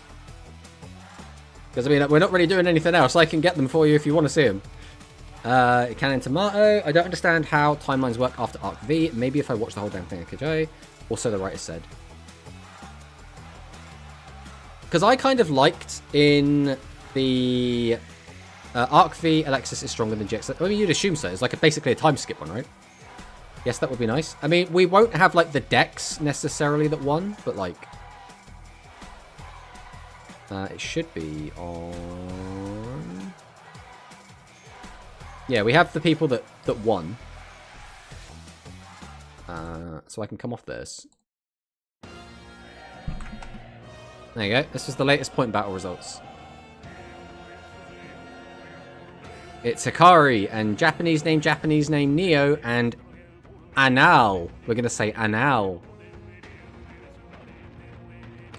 We do not have the deck lists that were used posted anywhere.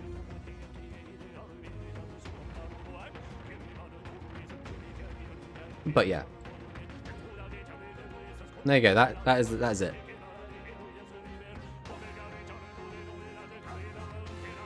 Because DM, GX, and 5Ds are all supposed to be in the same timeline, but doesn't Arc V make them different universe? Question mark. I think they always kept it a bit vague, right? Like, it was very clear. I mean, basically, yeah. I don't know where anything goes after that, though. Like is Zexal meant to be just a future version of 5Ds? Now that skins are a thing, it might be possible. Is okay, join tech is not. Drop your list. But I don't think we'll get the Arc V Alexis because her boss is already in the game. I think there is a theory where 5D's Yusei's dad experiment split on the original dimension into 5 dimensions, but just cope from YouTubers or something like that. The thing is, in my mind, that doesn't even make a lot of sense because the reason the dimension split was because Zark got split, right? So it's like, now we're coming up with a reason why the universe is split when we already have a reason for the universes to be split. It's very strange. It's very strange. The Jack for 5Ds has a line with Arc V Yuya. I mean, that makes sense as well. Hello, a nerd named BT. Welcome, welcome. So, all Gaia. Yep, 100% of games we have seen on stream have been Gaia. So this is Gaia mirrors all day. That's all we've seen. Points a gun to your head. Always has been. That's just a theory. A game theory. Thanks for watching. I'd rather go with multiverse. I mean, depending on how timelines work in your universe, like multiple timelines is a multiverse. So it's like different dimensions is kind of a weird one. Yeah, hope you're having a good day, BT. Oh, that's a big Ashura star. Do we have any back row to save us, or are we going to just attack for 11,100? And that is going to end the game. I mean, it just goes to show, type change beam, it's pretty strong. It's pretty strong. I remember Quaidel and Gorush explained Udius about multiverse, which makes sense. Well, he's just like, there are like lots of different subtle differences, right? It's like, you know, there's one universe where the art style is weird. There's one universe where we are soup. And there we go. That is a 2-0 win, which means we do have our champion, which is going to be Shoujo Tsubaki, also known as Soichiro, which does win 2-0 with the type change beam variant of Metarian Fusion. Crazy. It's crazy. So this is actually very interesting. Or maybe they just ruined Takahashi's world building once he stopped writing Yu-Gi-Oh! I mean, potentially. There's a Cyrus in a universe where Speedroid didn't screw over Viacroid by mentioning non-Windroid monsters. I wonder how much of that is English versus Japanese. Because, like, so for example, in English, for example, our Summon Skull has, like, this card is always treated as an Archfiend. And that's only because its name got localized, right? So then it still doesn't have that line of text in Japanese because it's just called, like, Skull Archfiend. Multiverse is the easiest way to explain something without explanation. I mean, yeah. explication. I mean, yeah. Have you started watching Go Rush Tomato again? Did you know Tomato? I mean, I've seen some Go Rush, right? I'm not 100% caught up. The writer of Yu-Gi-Oh! Anime is the same writer who wrote all of the Yu-Gi-Oh! Story and all series. I see. Interesting. I'm just kind of waiting to see what happens there. Usually they would have the name of the winner on screen, so I'm wondering if, like, shenanigans has happened or not. We'll wait and see what happens. We'll just wait and see what happens there. If that was the case, I think they would just say non-speed roid. Potentially. How's your 2025 going, Tomato? I mean, I can't really complain. It's been pretty good, all things considered. Is there anything, like, worth mentioning about this year so far? Not really. In quite a good place. I think the Go Rush has improved. It's a weird one. So for me, I said this at the start. I think that the Gaia meta is better than the last meta we were in, even though there's only one deck, right? So there's that. But we were also saying how Go Rush OCG has also, like, sped up a lot and is becoming less enjoyable, I guess. So I would really like there to be a nice middle ground, and I think it will eventually happen, but it's going to be a weird... It's going to be a weird time until we get to that, I think, right? Who is stronger, Tomato, Yuamu's deck or Roman's? Well, like, full power Yuamu versus full power Roman? The Gaia deck Tomato share is too OP.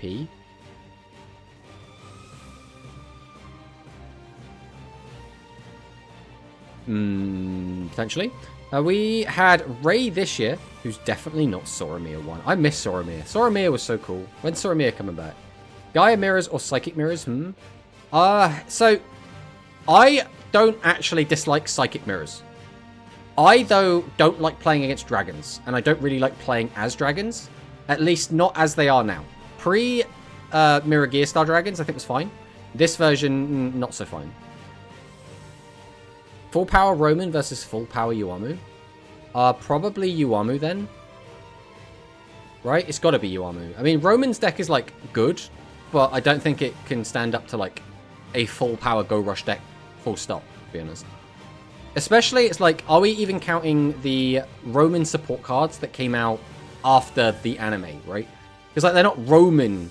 It's not like a Roman deck at that point, right? Because she didn't use them. It's just a generic psychic deck at that point. Nope, it looks like the stream's done. We're just going to assume that's done then. So I guess we'll head over here quick before we jump into some games. So, I mean, we already know that the top is it's a Gaia Metarian, and it's a Gaia Metarian. Then for third place, it was a Gaia Metarian, and then fourth place, it was definitely Gaia Metarian. So we'll have to double check all of that at some point. But with that, Gaia Metarian is looking pretty good, up at 59.7%, almost 60% now. We're getting so close.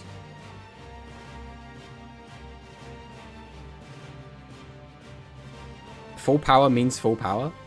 That doesn't answer the question though, unfortunately. Like, it's like, yes, water is wet. It is cool if we get the Yuhi Otis. I think that'd be cool. They both have everything, but again, is everything cards that they've never used? If they all have, like, if you're just asking, like, non-winged psychics versus, like, high-tech dragons, but then you've also got the whole, like, dark matter stuff, because the dark matter stuff is busted. So, like, if we're comparing the dark matter, then it's like, in my opinion, OCG has too many traps that don't do too much. I know what you're saying, Manicist, but there is a fine line to walk, right? And the line is either everyone gets OTK'd constantly, or the traps are too strong, right? And ideally, we don't want either of those things to happen. That being said, if one of them has to happen, traps being too strong is what I would always go for. Getting OTK'd is not fun. It's just not. It's not engaging gameplay. It's not interesting gameplay. It's just boring, right? If I wanted to just flip a coin to see who won the game, I would just go play TCG, right? That being said, the traps that we do have, at least some of them, are very, very strong. But we also have record high numbers of way to get rid of trap cards. So, at the same time, you could just play more back crate, right? Any favorite decks to win? I mean, in terms of, you know, the GRF, it's probably going to be Gaia Matarion, you know. But, you know, you never know. It could be something else.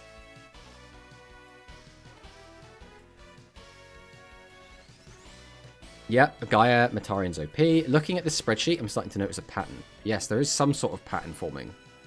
Who even knows what it could be?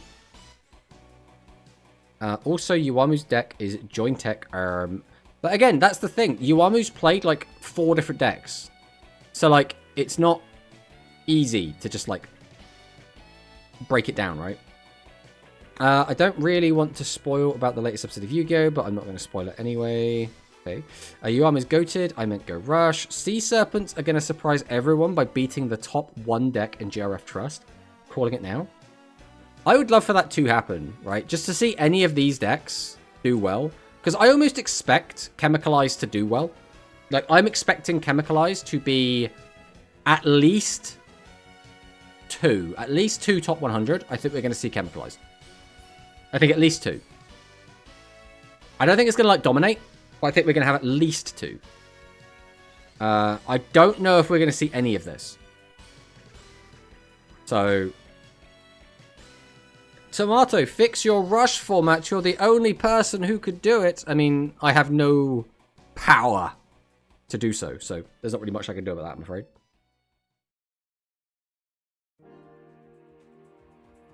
I'll fix that. There we go. Yuamu has Dark Matter deck. Yes. I think at least 4 to 5 Salamangreat will top. I mean, potentially. I'm just putting 2 as my minimum, right? It could be 10. I don't think it's going to be 10. It could be 10. But it'll be interesting to see what does happen. And then obviously, depending on how many do top and how many of what tops, it will affect our limit list, right? Again, this was the list we made last time. Which was basically like the changes that we hope happen. This is our like wish list. Because this is not what we expect. This is just what I would like to see. PCB to 1. Jamp start to 2. Battle tested and Mirror Gears to 3. Unlimit a bunch of this stuff which is limited because of reasons. And then nerf the Gaia and Dragon skill. That's what I would like to see personally. What format are they talking about tomorrow? Who are they? Are you getting confused because Octoti called Chemicalize Salamangreat? Because that's just a Toti thing. Don't worry about that. You get used to it. Is Red Boot still powerful in ranked duels, Tomato? Red Boot was never really that great. Like, Red Boot is here. So I guess we'll just move this over a bit so you can see. Red Boot was like middle of the pack. It was never like crazy good. It was just kind of like okay. They're just gonna nerf the Umi skill and call it a day. Could you imagine if they were just like, yeah, we're just gonna take out the ability to get your Umi off the skill, and then they just like, oh, work here is done. Now, how would you like to see Gaia skill nerfed? Both. To be honest, Shari, I want it changed so that you can only play either level 7s or only dragons and magical knights, or only cards that have Gaia in the name, in the extra deck, whatever it is. Stop them from splashing it. Second, I also want the skill changed so that you can't add 2 cards in 1 turn. I would rather you can use it twice per turn, and 1 is you can search any normal monster, and 1 is you can add fusion, and don't let him get both at the same time. That would be my ideal. Now, I don't think that's going to happen. I think they will probably just take out the ability to play non-Gaia monsters in the extra and call it a day. That's what I expect. As the #1 Red Boot supporter, sigh. Yeah, Red Boot is a cool deck. I still really like the deck. It's just, it never put up good results. That's just how it goes, right? A new Sea Serpent skill. You can set Umi and draw a card. Oh, could you imagine, bro? Once per deal. Just Umi deal. They'll put Umi to 1 and unban Melody, and that's it. Could you imagine? Could you imagine? Umi deal? I feel you, Toti. Hey, Zeno. Welcome, welcome. Yeah, Pure Gaia is fine. Tomato, who do you think will be the next Sevens unlock? Yuga Goha, question mark? Hello, Dr. Thornberry. So, I think the safe bet is probably Yuga Goha, right? And the reason I say that is we're kind of getting to the point where we're going to want his cards in the game anyway. He doesn't have any, like, problematic fusions. So that's kind of fine. He's kind of the next main character that we haven't already got. The other one would be Tiger. I personally would prefer to see Tiger because I think having more Sevens unlockable characters is a good thing. So I would like Tiger personally, and then Yuga Goha afterwards. But I think Yuga Goha is the safe bet because I don't see a world in which Yuga isn't a playable character, right? Any new of Pokemon Horizons? I mean, not from me, I tell that much. Umi is a burn deck. It needs the nurse. True. The safe bet is Tiger. I don't think Tiger's a safe bet because I don't think there is a guarantee we get Tiger. I think there is a guarantee we get Yuga Goha, right? I would be shocked if we just never got Yuga Goha. I would not be shocked if we didn't get Tiger. I want Tiger. I would really like Tiger to come out. I don't think there is any guarantee we're getting Tiger. That's kind of my thought on it. Half the damage for every rush burn card. I mean, they could do that. But the issue with that is we don't have half life points. So now if you half all burn damage, you've now made every instance of burn worse. Which is weird. But it's like we can't just take off 25% of the burn damage. That's really weird. What we could do is give us 2,000 more life points, right? That would solve a lot of problems. I'm just saying. A lot of issues that are in Rush Duel right now, or Rush Duel Links, could be solved by having more life points. And almost, I think the opposite extreme should be taken. Maybe put us up to 10,000 life points to make up for the added consistency of having 10 cards less in your deck and skills that give you extra consistency. You know? I remember all characters in Go Rush reacting to their future descendants. Music Princesses is too strong. Imagine it with a skill. Music Princess, though, in its first wave of support, was not that good. It just wasn't. Like, with the support it got later, sure, it becomes really, really strong. But as it was on release, it would be completely fine. Completely fine. There's lines on YouTube of characters interacting with Tiger. There's nothing mentioning Yuga Goha. I mean, I also don't think that means anything, realistically. There's been lines for stuff for years and years and years that nothing has paid off. So I don't put any stock in that meaning literally anything. But if you want to cope on that, that's fine, right? Tiger and Epoch. Again, we're talking about just Sevens characters at the moment. I would expect Epoch probably to be playable, but again, I don't think Epoch is also, like, guaranteed. I hate it when they make cool characters into NPCs, but I fear they might do it with Tiger. I think in the same way that we have Terza as an NPC, I still would expect Terza to eventually be playable. So even if Tiger did become an NPC, there would still be room to make her playable later on down the line anyway, but we'll have to see, right? We'll have to see. Too many life points, then Japanese salarymen can't play on the train. True. Okay, but we can talk.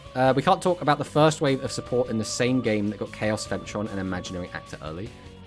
Yes, but at the same time, by exactly what you've just said, Cyburst came out originally without Chaos Femtron, right? You had to get it as a follow-up wave of support to make the deck better, which I think would have made more sense for Metarian.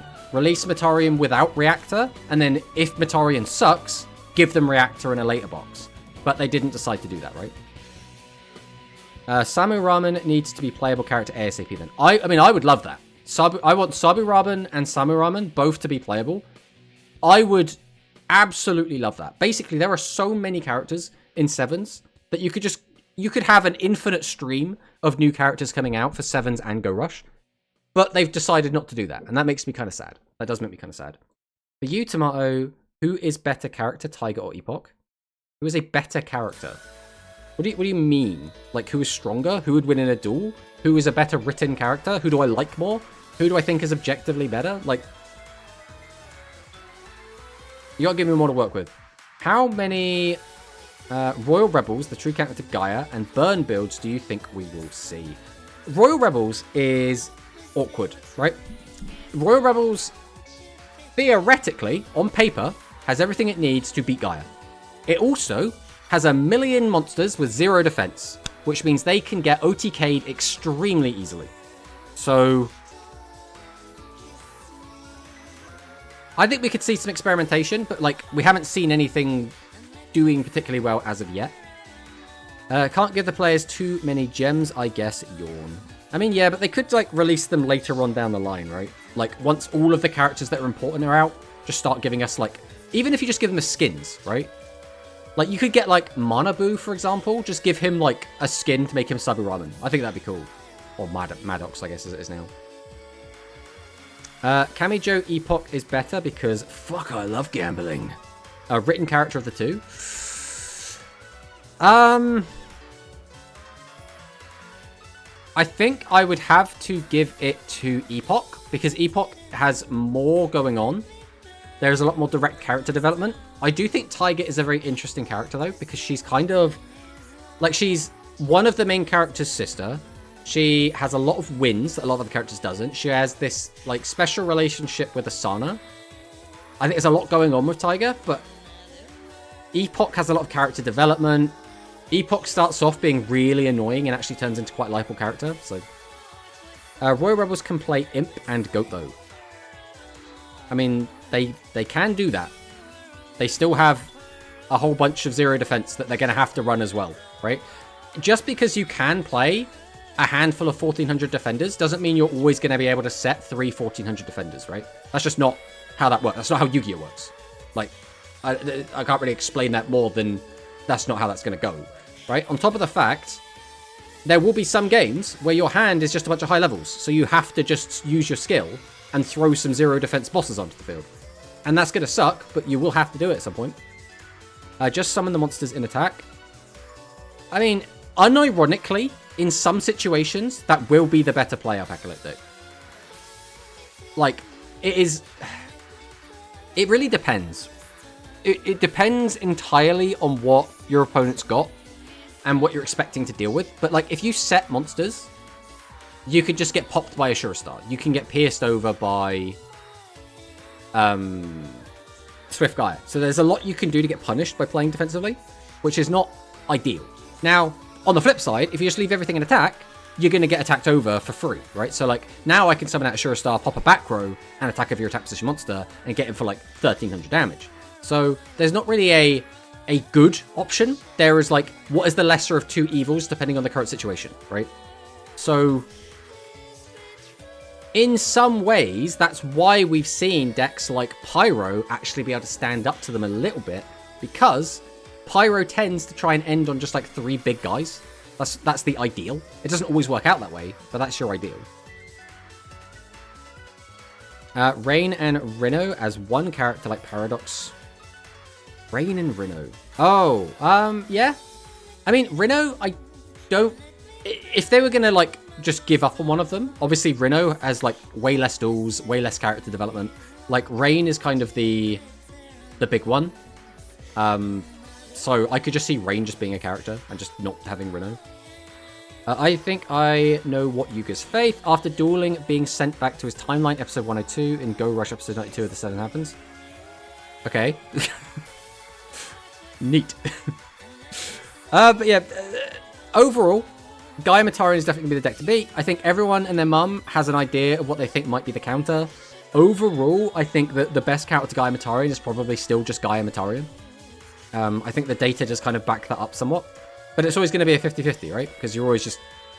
The win rate of a deck against itself is always 50-50 because it wins and loses at the same time. So there's not really anything to be gained from that. But I suppose that's kind of what a tier 0 meta is, right? Now, whether or not you agree this is a tier 0 meta or not, it's definitely dominated by one deck. That's just a thing, right? I think that's all since the Go Rush final villain is the real Otis. That's all I could say. Dun dun dun. Alright. With that being said, I think we're going to play a little bit. Do I not have the game open? Why is my Duel Links not open? Okay, well, we're going to boot up Duel Links. And once that's open, we will be playing a couple games on the GRF ladder. We're going to be playing the new Jointech skill, which again, I don't expect to do very well, but we're just going to see how it goes. We're going to see how the new Jointech skill performs. And Duke wants to choose our sleeves. I see. Well, we'll go ahead and jump into that, and then you can choose the sleeves that you want. Do you have any idea of what sleeves you want us to have?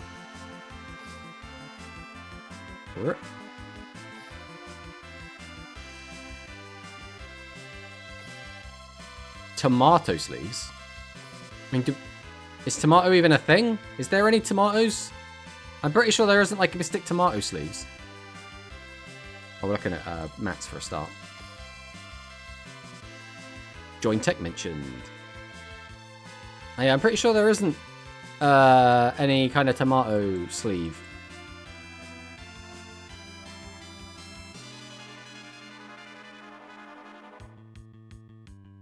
Oh yeah, there was Jointech support. Yeah, we just want to try it out, see how it feels. And Toti wants the mat. Well, Toti, do you know... Alright, so yours is nice and easy. Yuamu. Okay, we can just do Yuamu. That is easy peasy. I don't know what we're doing about this quote-unquote tomato sleeves.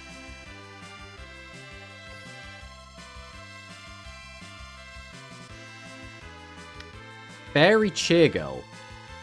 Is that a sleeve? Is there a sleeve for Fairy Cheer Girl?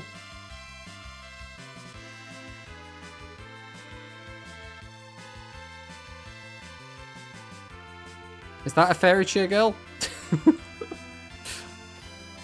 That's Fortune Fairy Hikari. We found Hikari, guys! We found Hikari!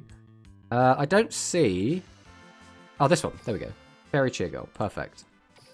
I genuinely did not know that that was a sleeve you could get. Genuinely didn't know. Tori's Ace, you probably didn't summon it enough. I mean, we have it. So I guess we're using it. Right, let's jump in. So again, we're just playing some Jointech. We're probably going to have growing pains for the first few games, which is completely fine. This is a rush account, so speed, tide sleeves, etc. may be missing for Tomato. Mate, just anything might be missing for Tomato. Alright, is it Gaia? Is it Gaia? How many cards an extra? Oh, it's Gaia. This is like the really awkward time though, because I really don't want to like tribute, but I kind of have to tribute. We can't use our skill on turn 1. This effect isn't live anyway. So I think we set. We set. Now, do we want to use this? Is this the Tenant Summon? During the turn you normal summon this card. Which means... And that's only the turn we normal summon. So I guess Aim Eagle is probably what we keep.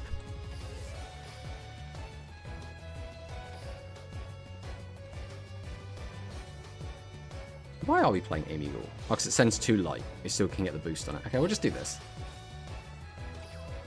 And then we'll pass. Let's see what he does. I'm waiting for Midnight Tomato. I'm going to watch the Lunar Eclipse today. Cool, cool. Ooh, is this pure hero? No, it's not. What is our build that we're playing Manakanita in Gaia? Are we going to use Monster Calling? We are going for the ad.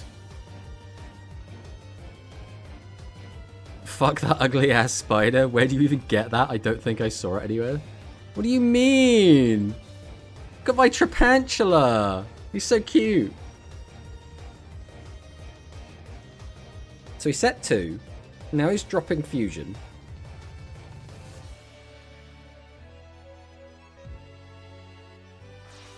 And he's using the one from the field. We make Swift Gaia. If he has to keep that card in hand, we're in such a good spot. Damn. So now he gets a free draw. This had the potential to be really, really good for us. And now it's really, really bad for us. Not gonna lie, this is looking like a free win already. It doesn't feel like a free win. I'm feeling a lot better that that one got attacked instead of that one, though.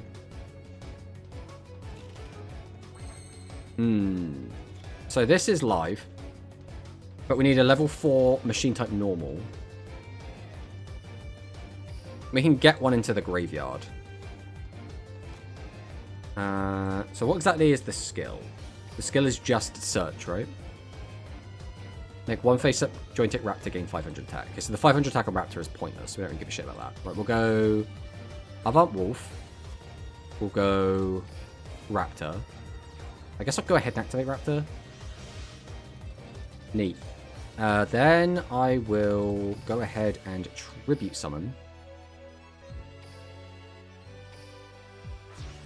Summon out the boy. Activate the effect. Put back 1, 2. Do we even want the Pantula back? Maybe. We'll put this back. Let's pop a back row. Not the best. We'll go Trapantula. I'm an idiot! I just needed to not activate this. Okay. Bro, I had everything. And we just threw so hard. Okay, whatever. Whatever. It's our first time playing with this card. Literally ever. We'll clear this and pass.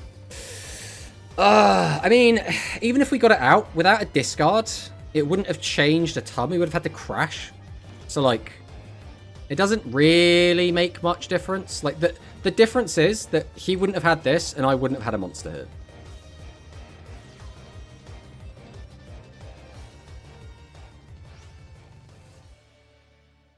I do not see how we even win this. But the thing is, again, even if we made the play correctly, we still just lose, right? Like, we still just absolutely lose here. Like, he still does this, brings this out, uses the skill.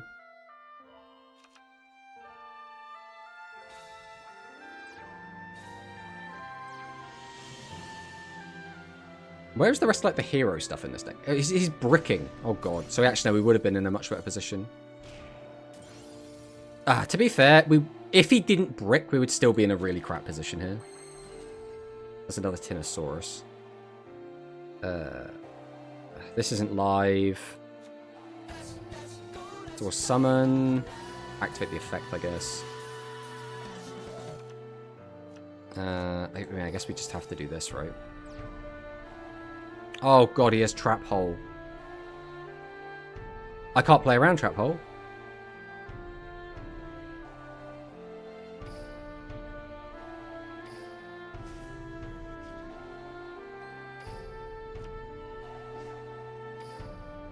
Oh!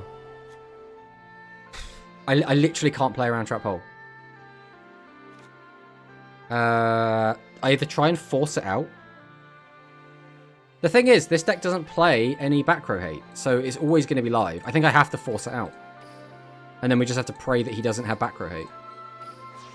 So we summon this. He uses Trap Hole.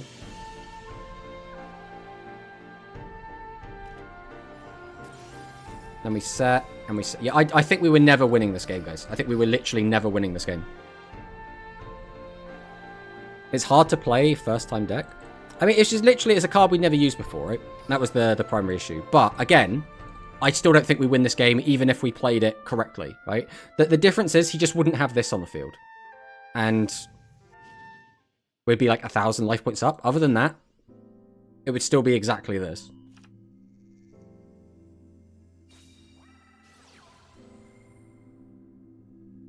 If our back row survives, obviously we have a chance, but...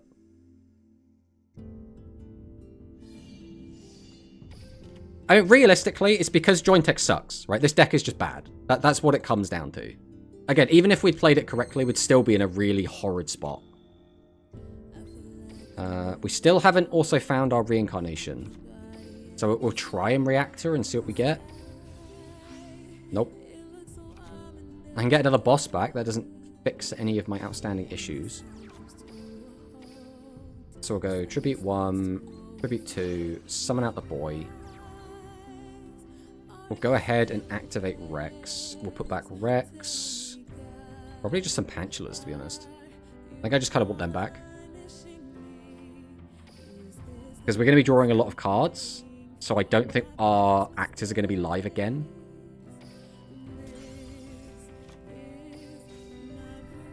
Sure, we'll use Rush Horn. I don't think there's a reason not to use Rush Horn. Wah! Ching! Go to battle, and then we just swing over one of these. I mean, maybe I should have attacked this one, because then he can't use the third order on it. Legit, our current win con is he decks out, I think.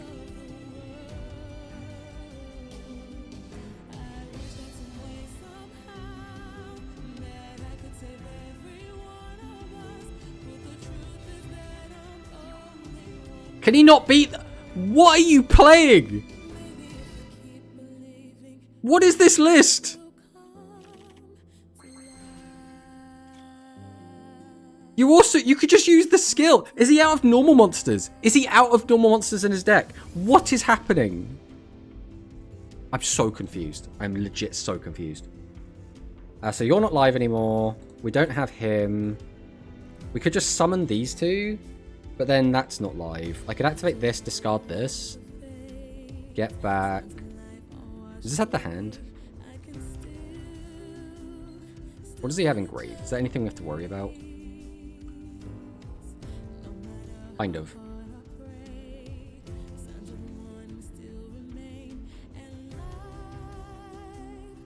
I mean, we have the piercing. We could just, like, chill, but, like... Activate, discard, get that, do that, activate that. Right, let's try this. We're going to reincarnation. We're going to discard this. I'm going to go ahead and grab back... Probably... this.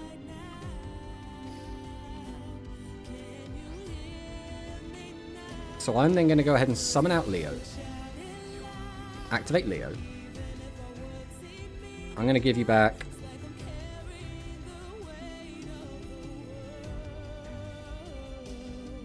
We're doing big things. Join Tech Best deck. His build is so weird, bro. It's so weird.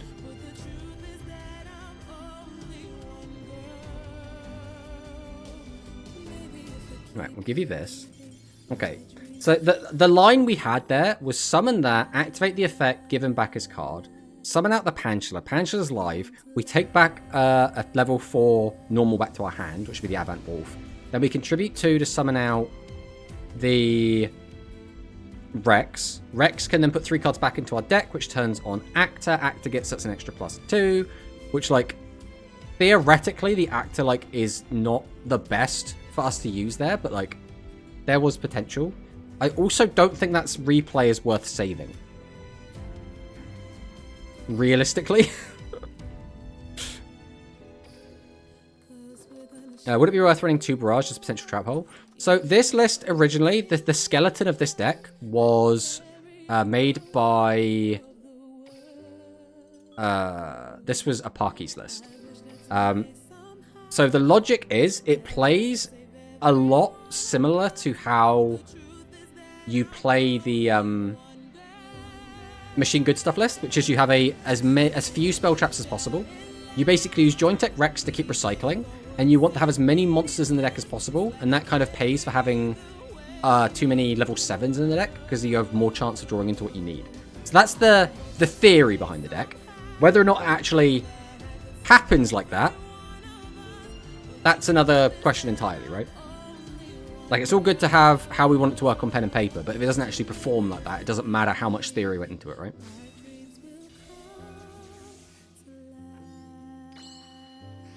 I think most decks are still on NA. I mean, yeah, it's one of those things where even when Trap Hole came out, we did say that Trap Hole was especially good into Joint Tech Rex. But, like, who's playing Joint Tech Rex right now, right? For the most part, it's going to be Machine Good Stuff lists, and even then, we're not seeing it be particularly common.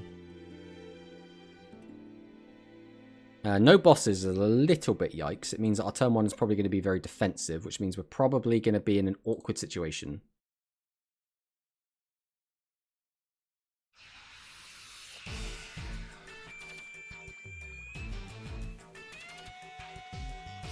It looks like we're against Gaia again, based on the number of cards in extra. But we'll see. We'll see what he's got. It's more of a balance thing, I see. Yeah, I mean, it's... Again, you can have...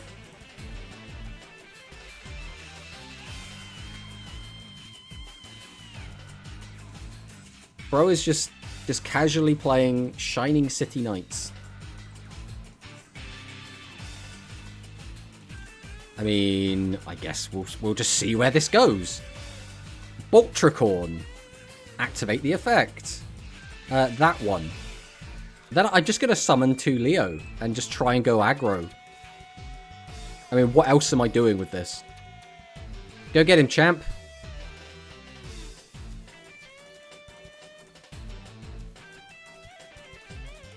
I mean, he's got something he can use. He's going to use Recital on this attack. Okay, I mean, to be fair, keeping that around probably doesn't do him too much good. What is his deck? He's got Reactor. Is he playing like a Metarian style list just with Shining City Knights? I mean, I guess we'll see. Leo beatdown. True. Leo beatdown. That's all we need. Just Leo and a dream. Okay, so it's Metarian. What skill are we on? This could still be the Gaia skill.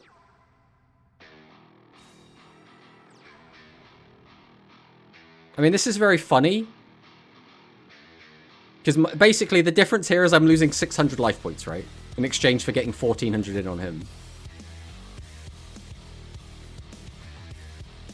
City Knights limit 3? Yes. Yes, it is. Indeedy. Which means he can only be on a maximum of 2-star restart, I guess. Ah, 200 damage. But I'd really like to draw a boss, though. Finding a boss would be really nice. Ah, 200 damage.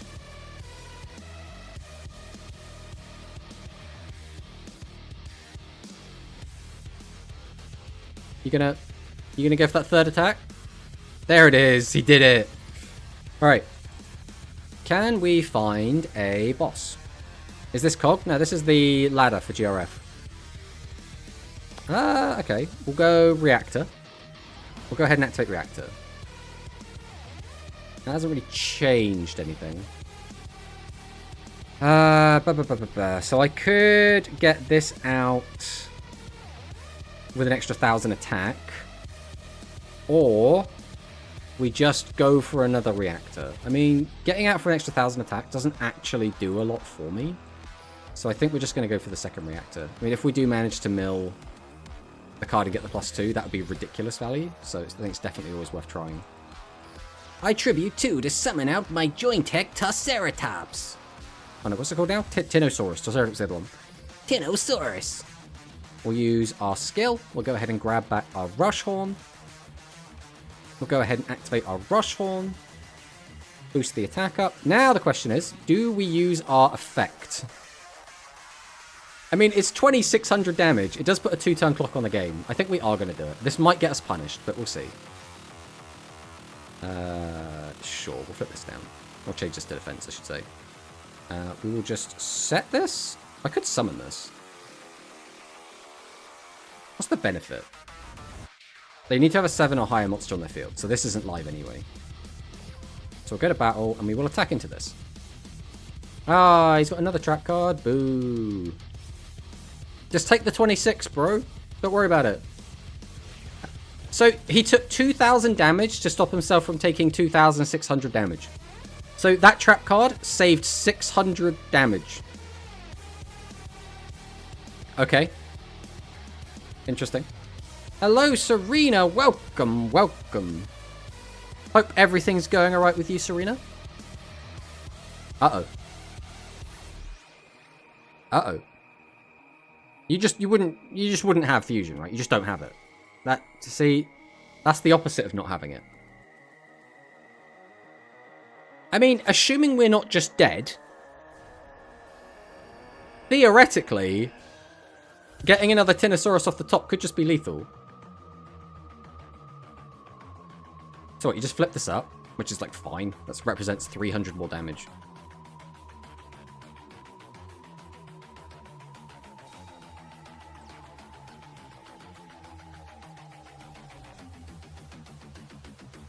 Imagine he flips this down instead. It's the Blue Eyes White Dragon, and it's getting a field power bonus.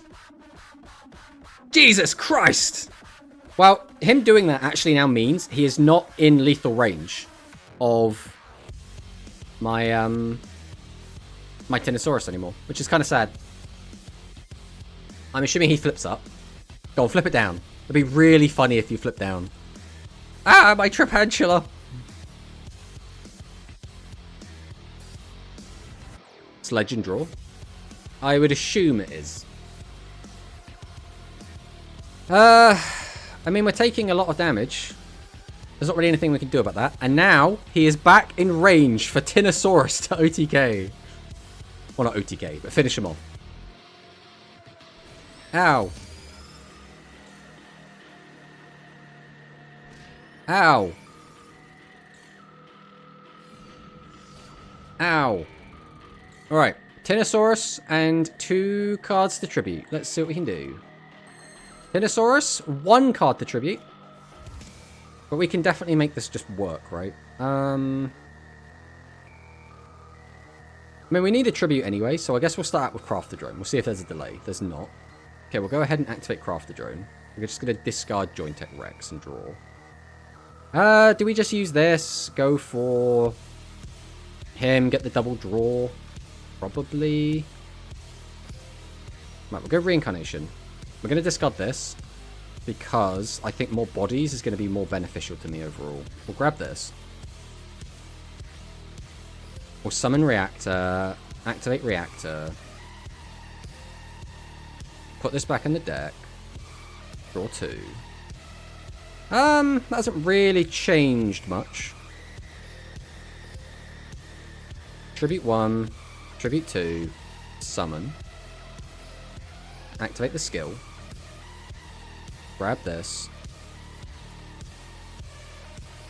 activate Rush Horn, target this. What? Cha! Beautiful. We'll activate the effect. We'll send this.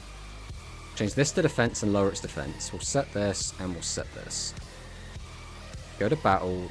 Attempt to swing over. Kaboom! We did it, guys. We beat Metarian Pile. I'm back to see Jointech best deck. I mean, I wish... I mean, to be fair, we haven't lost a game yet, but... Again, you know what the ladder is. The ladder is, like, it's so free. It's so unbelievably free. We will eventually play against someone who either sacks us or is just playing a straight-up good deck. But it's pretty much free. It's super free. 300 attack! Exactly! It's bonkers!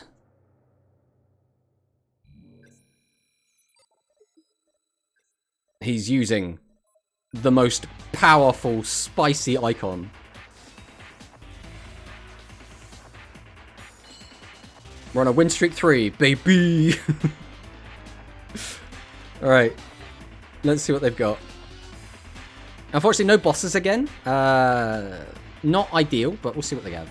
No extra deck, guys. No extra deck. What is this going to be? It's Yuamu, but it is a archive skill. This could be anything. This could literally be anything. It's not Sidra. It's not Gaia. It could be Sea Serpents. Imagine if this is Sea Serpents.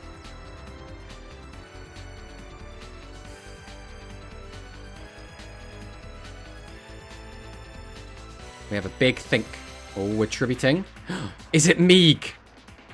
Is it Meeg? How big is Meeg? Meeg is way too big, right? If I remember correctly, Miss Mutton has, like, a pretty big butt. 16? Oh, we can only get to 16, can't we? Because I could summon this. It gains 6.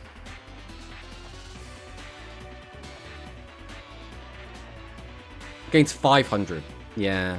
So it'd be 800 extra, which means we'd only get to 16. So if that's a Miss Mutton, we can't clear it. And if it's like an Ancient Gear Golem, we definitely can't clear it. So I think all we do is just go defensive. Which, like, it kind of sucks, but, like, I don't think there is another option. So we just do this. Alright, let's see what he's got.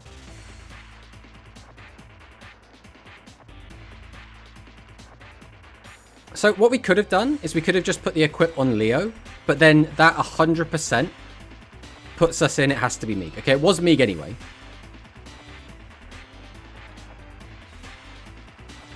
And Meet and Greed. Meet and Greed here is an interesting choice. So now it can attack all 3 of my monsters, but he's not going to reduce the attack of anything. If he has, like, Pierce, that could be annoying. So he's going to get 2 direct attacks, assuming he summons out another guy. So he's getting 2,600 damage in.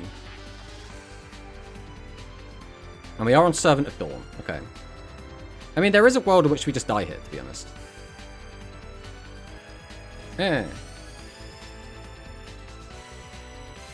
Eh. Eh.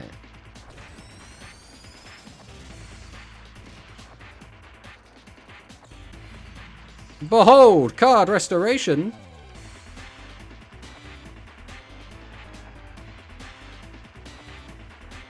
Are you being destroyed by a sheep? I mean, the verdict isn't out yet, but potentially.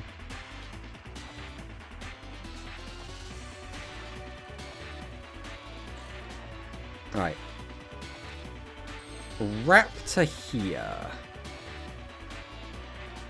Raptor isn't, like, super engaging. We also don't have a normal, so Pantula is not live at the moment. I think we start with Raptor, and we see where this goes. So we'll start by activating Raptor.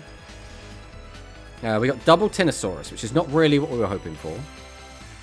So next we go Imaginary Reactor. Activate this effect. Still nothing that we want in the graveyard. That's very unfortunate. Very, very unfortunate.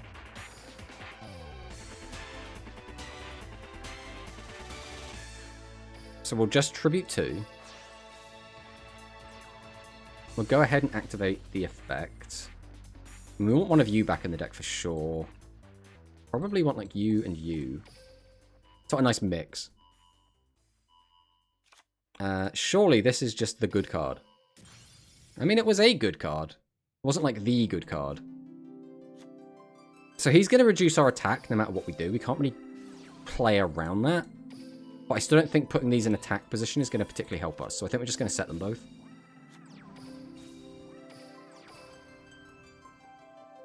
Do we even attack over Meeg? As is, he can't actually deal with us. We'll attack this.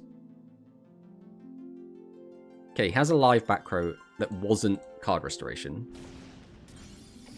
So if we attack into this Meeg, the big issue is it then turns on Secret Order. And he's got 2 more in the deck, most likely.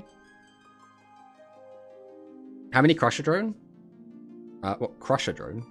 You mean Crafter Drone? Because we have 2 in the deck.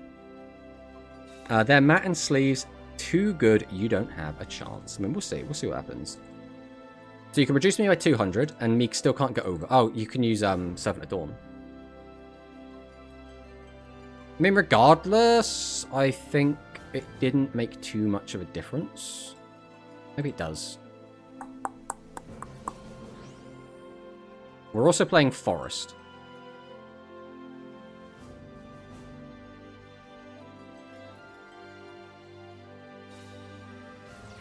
Rage of the Beasts. Because reasons, okay.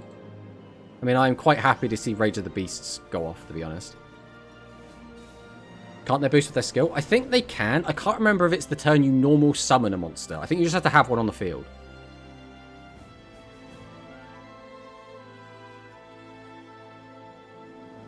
It's been so long since I've used Servant of Dawn. Right, let's see what they've got.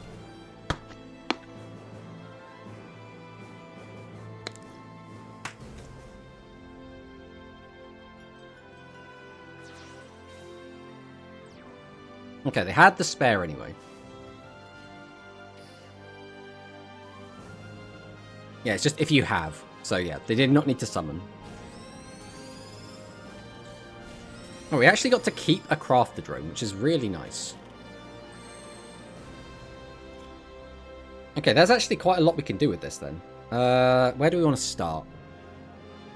We want to tribute you.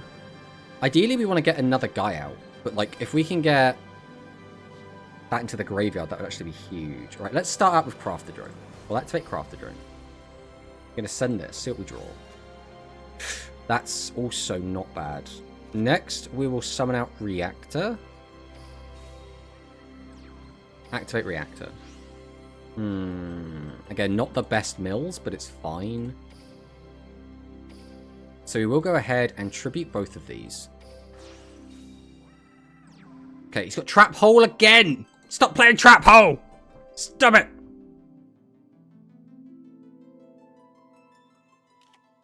I'm literally getting, like, bullied by tech cards designed to not beat me. And it's so sad. Okay, we'll add this back. Summon out the Avant Wolf.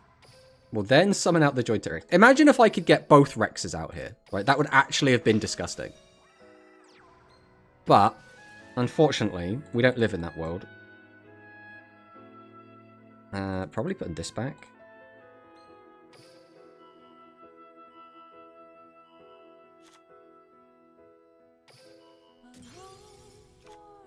So we set.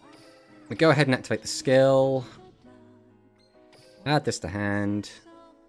We might be dead next turn, by the way. I don't think we can really do anything to increase the likelihood. At least the legend is gone. Yeah, but even if it was negate attack, I would have preferred that over this. And he's still got an active battle trap. Like, keeping 2 monsters on the field in this situation is so much more important.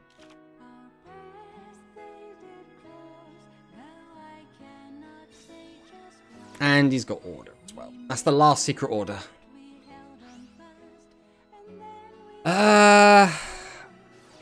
And then forest. So this is not lethal? Is this lethal now? So you slam, get him for 6. Is this 3,300 damage? Am I actually alive?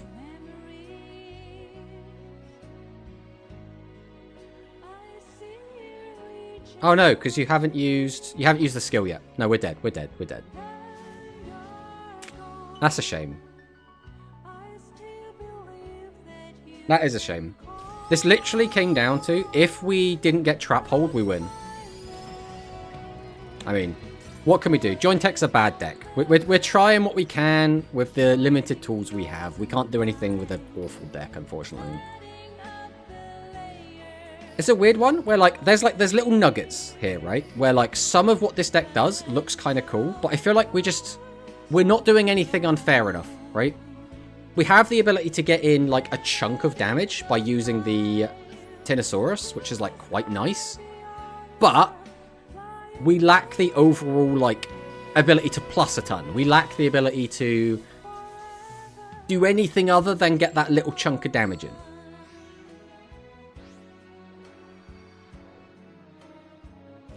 In a weird way, I feel like we're just playing a worse version of, like, Machine Good Stuff, right? Because basically this is a Machine Good Stuff list, except we don't have the Innovators, and we don't have Ancient Gear Golem, and instead we have infinite access to Rushhorn.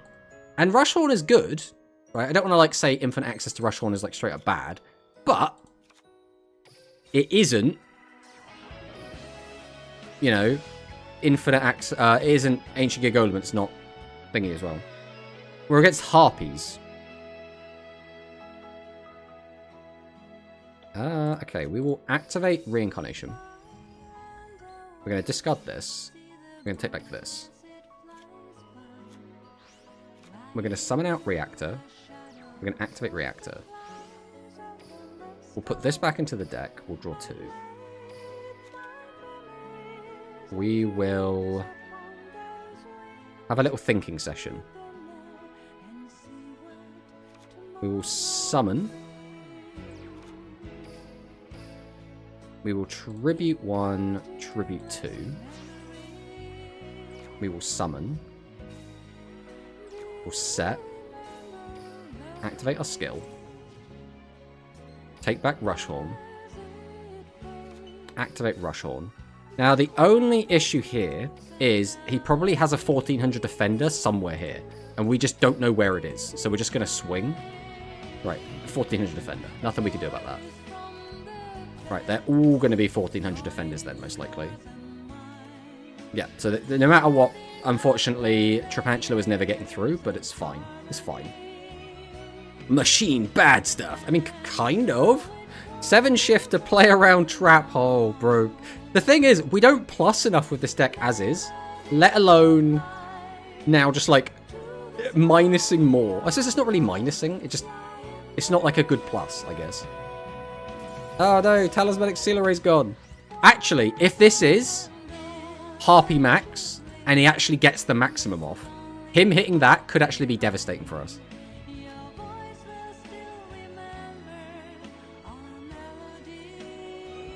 You've got to have the middle Harpy Lady then, right?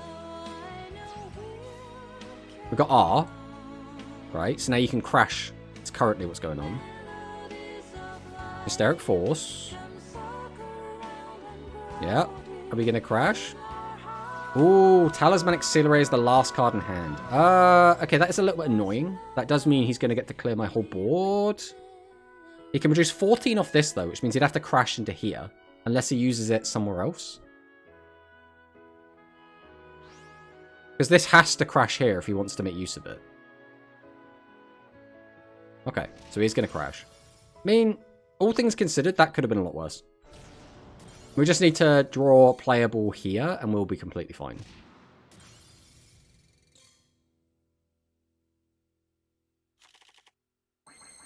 Okay, this looks fine. You're still not live. You're not really doing anything. We don't have that in the graveyard. We haven't shuffled our deck, have we? I don't think we shuffled our deck. Right, let's go Raptor. Activate Raptor. Then I think we're just going to summon out this. We'll activate his effect. So now, if we want, we can get a body back to hand, which would have to be Tinno. Do we want Tinno right now? I mean, probably. Tinno's still pretty good here. So we'll go Leo, activate Leo. You can have Avian Spell Tactics back. And I'll take back my Tinosaurus.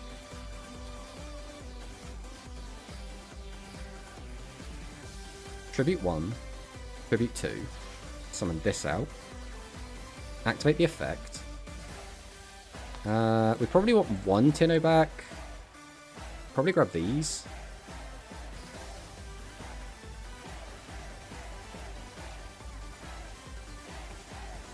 Pop this. We can summon.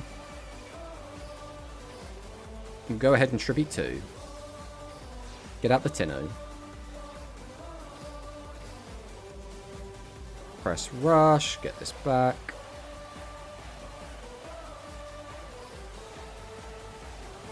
I guess we'll put this on here. Makes it more difficult for him to out. Then we'll just swing. So, there was an alternate line we could have done, where instead of summoning Rex, we just summon out Tinosaurus, change a guy to defense, boost up by the 300, attack over, and get in for a lot more damage, which does put a better clock on the game.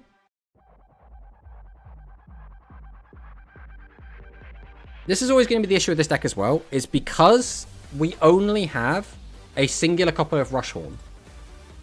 Although we have infinite access to it, we can only ever have 1 piercing monster per turn. Whereas, like, if we were playing Machine Good stuff, we could have, like, double Innovator or Innovator Golem. Which means, again, he can do this and just stall us out. As is, we don't have a way in this deck. Okay, so that's fine. He's going to attack over this. But then we have Lethal. So you have to clear this. You have to clear Tinosaurus. If he doesn't clear Tinosaurus, we do just win the game. Well, I suppose we'd need to find a Raptor or a level 7 to win the game.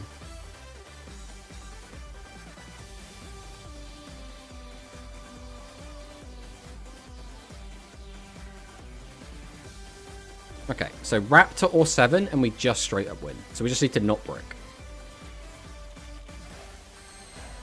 Okay. we do just win the game. So we'll go summon, summon, summon, tribute, tribute, wham bam, thank you ma'am. Activate the skill. Add this to hand. Activate Rush Horn. I mean, we'll give it to him anyway. I think he deserves it. He's going to be doing all the work here. Activate his effects. Send this. Change this to defense. Set. Go to battle. Swing! Boosh!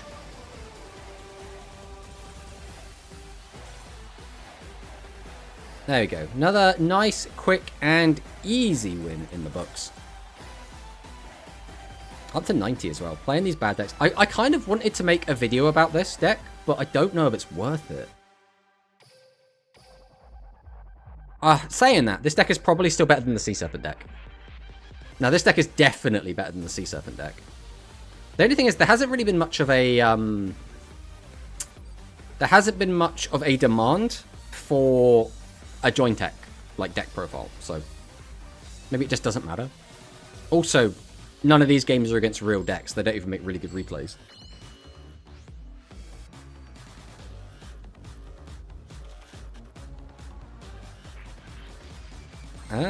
Okay.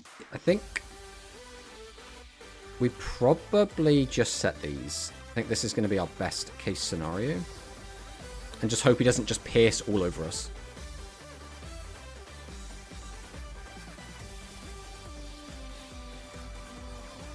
Uh-oh. Okay, it's Gaia.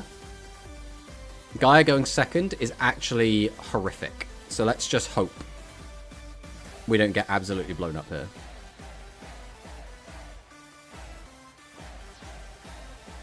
Curse a Dragon. Maybe he just doesn't have Battle Tested. Maybe he has to use the skill on Curse a Dragon. No, of course he has Battle Tested. Okay, so we are going to get absolutely destroyed here. So he goes into Swift, probably uses the skill on Swift, could then just make another Swift.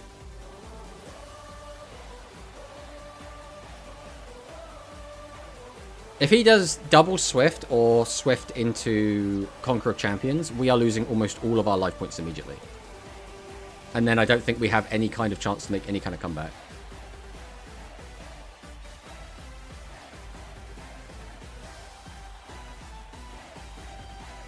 And he has 2 back row, not even a monster, so he gets to also just keep room open, get the free plus, and then he can, if he draws any kind of fusion material, use the skill and get another boss monster out. Okay, so it's not fusion material by the look of it. He also didn't boost with the skill.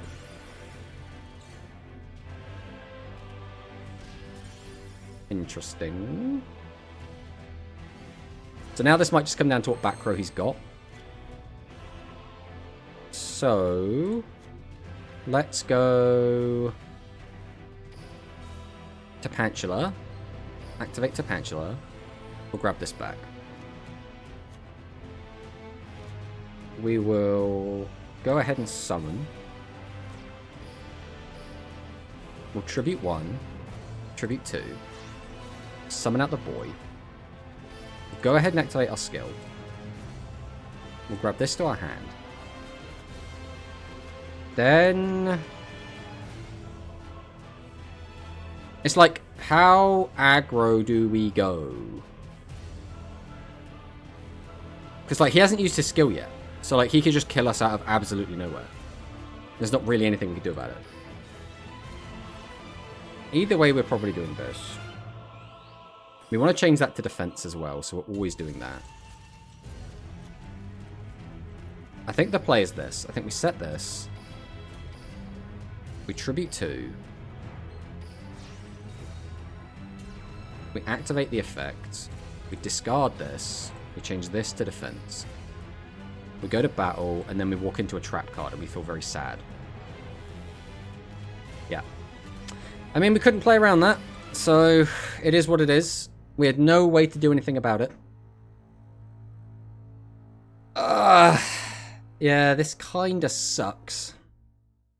On the plus side, I don't think we've done anything wrong. Also, he had Actor, which means he could have used the skill and just immediately got a Assura Star last turn if he wanted to. Now, there's not necessarily a ton of gain to be had from getting out specifically Assura Star, but if he's playing Serpenta and Vritra Star, definitely getting out of Vritra Star would have been absolutely insane there.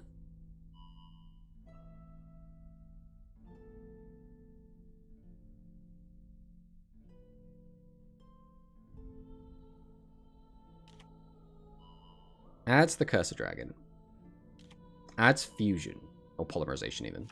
So what? We fuse into either or. The thing is, his field's a little bit clogged up with this Essel. If he can't get rid of this Essel, I think we actually might live. Oh, he has Talisman Auxiliary. Never mind. If he didn't have TSA, right, he goes into, like, another fusion monster. Neither of the fusion monsters, like, out me. He just has to attack over them. So we take a chunk, take 1,000, and then we just live. Unfortunately, TSA does give him an extra 1,400 damage, which is a lot of damage, so...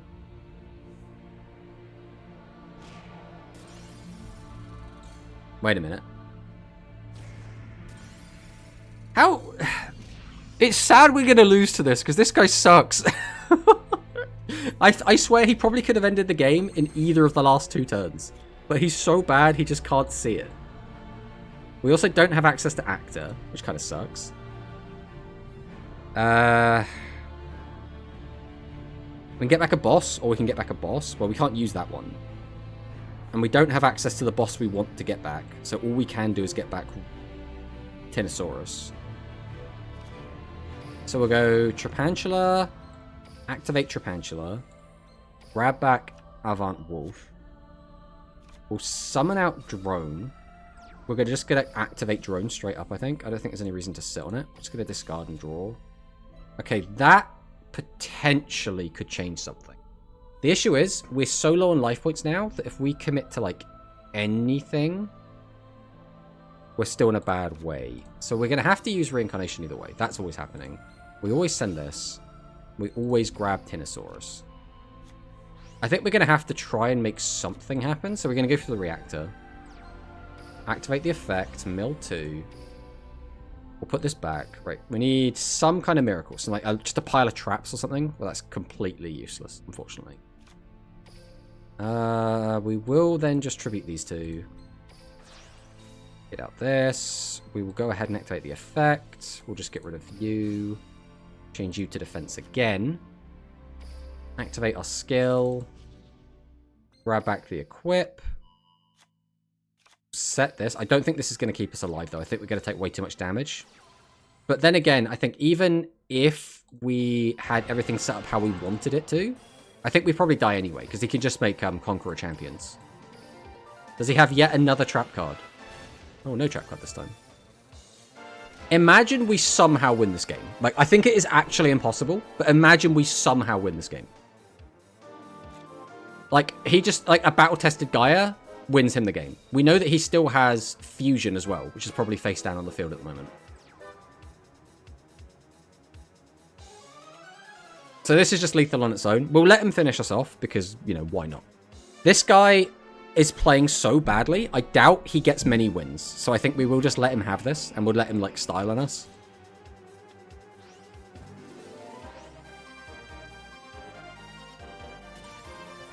It would feel really nice to win this game just because it's a guy who's clearly very bad, but he's playing a very good deck.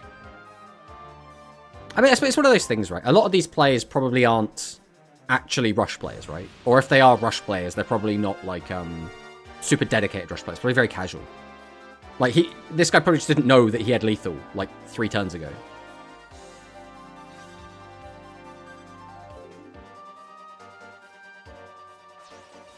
The thing is, we still wouldn't have won this game, even if he didn't have the negate attack. Because, like, we could have potentially been an extra 2,600 life points up if we just didn't have the trap, but then we still don't win from that position. We only barely lost as well. It's only 600 over our life points.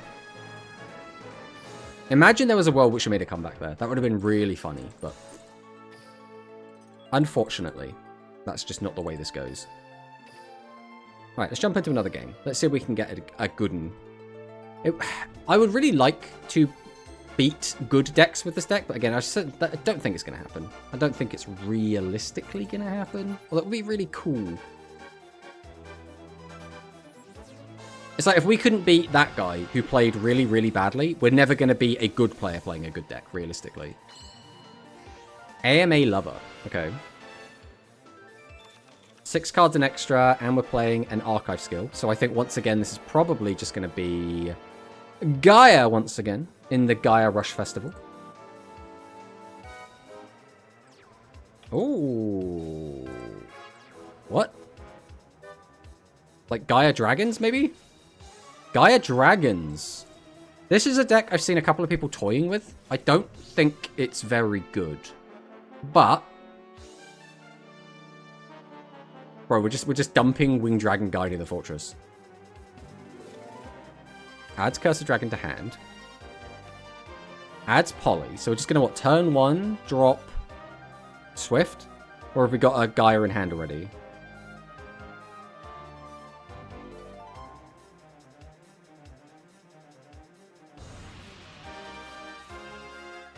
Dragon's Return is the last card. Okay.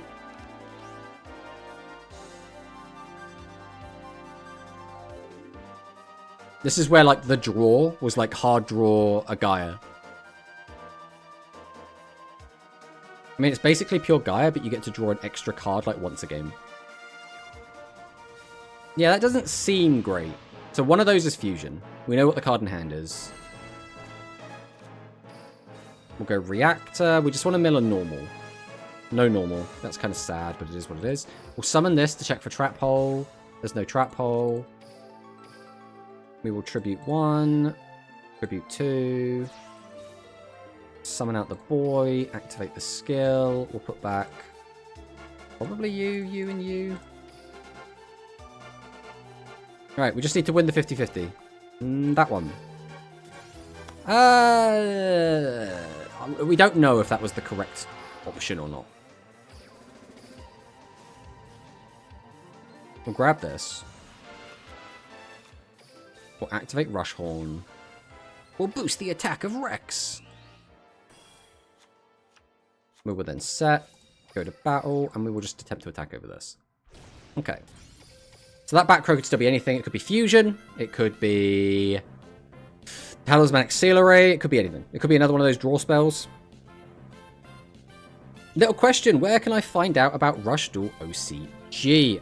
It depends what you're specifically talking about, Griddy. If you're talking about, like, the meta and the way everything is over there, it's not easy. Basically, a lot of the top lists just get posted on Twitter, and then some people will just, like, accumulate that information and try to, like, have it available. We don't cover a ton of OCG on our YouTube channel either. We still do play OCG, but we don't cover it, like, super in-depth. We used to, but since Rush Duel Links came out, we haven't done it as much.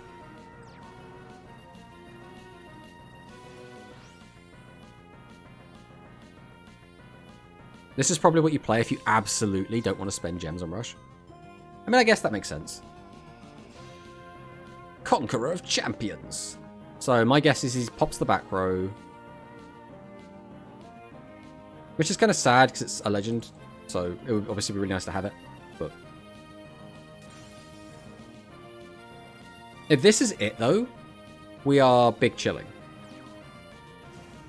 Chivalrous Celerity. So we're just going to boost the attack up. And then swing over. Witch's Kitchen Discord is what I use for OCG Rush. So yeah, so the Witch's Kitchen Discord is probably the best you're going to get. It's not perfect. Like, the Witch's Discord server is a fantastic server. There's really lovely people there. Everyone there is, like, super chill, super nice. It's a really nice community. It does not have the best, like... It's not best organized in terms of finding out information that you want for OCG Rush. Alright, we'll go Boltracorn, activate the effect. This one. So he's in graveyard now. That still hasn't really changed anything. I think we go Drone, and we're going to activate Drone. And the reason I'm doing this is, 1, it puts an extra monster in grave, and 2, it gives me a chance to draw into something useful. Because otherwise we're just setting a monster, right? So tribute 1, tribute 2. Summon out the boy.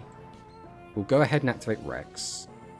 I think we're just putting Rex back and probably putting some Pantula back. We still don't have what we want in Graveyard, but Pantula is still technically a plus, so we will do that. We turn that one off, so we'll pop this one. So we set. We set. We'll go ahead and activate our skill.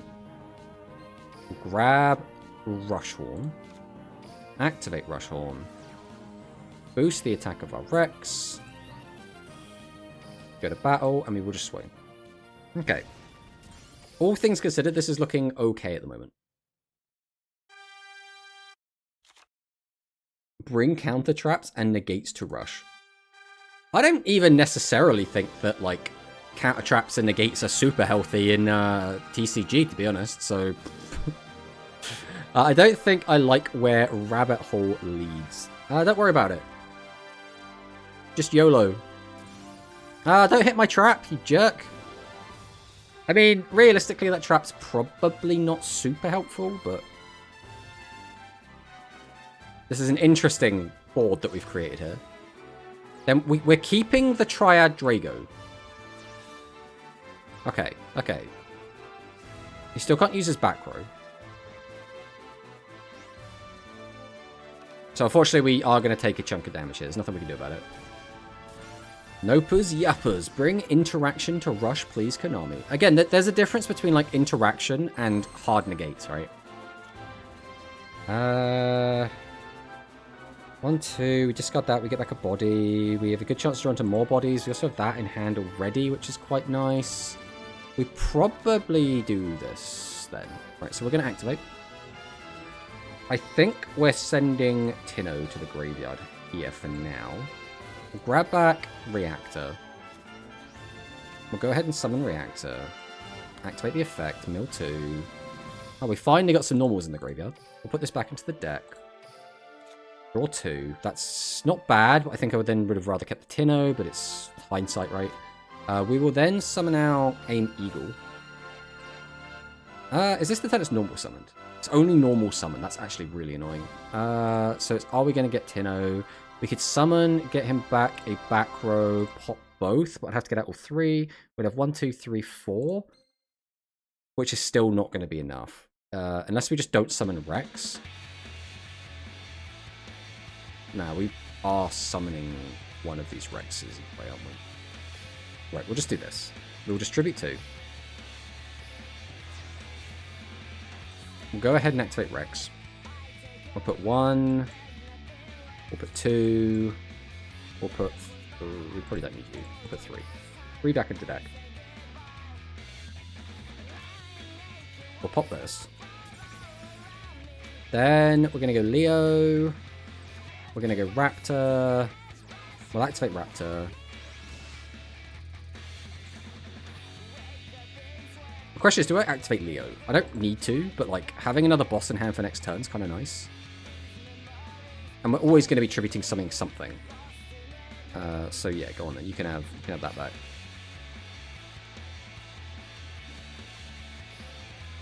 We'll grab back Tinno. We're then just going to get rid of his guy again.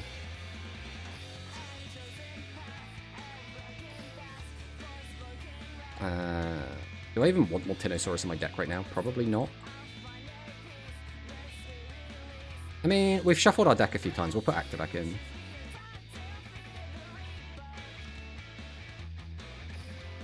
We have no way to find lethal here. Because I could reduce him by an extra 14.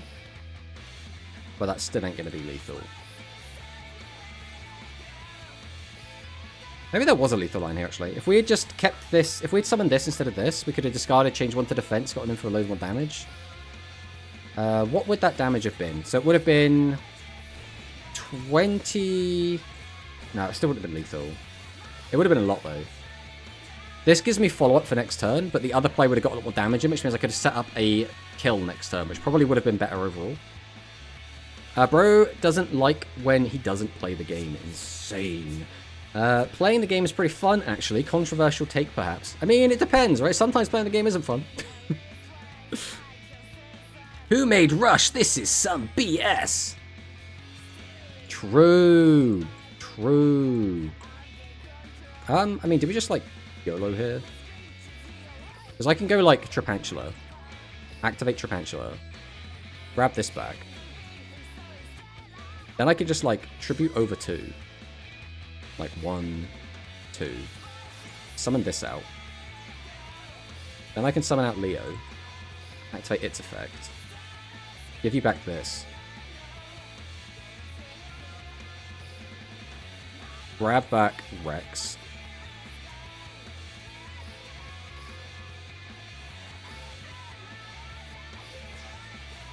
Summon out the boy. Activate the effect. 1, 2, 3. Pop the back row.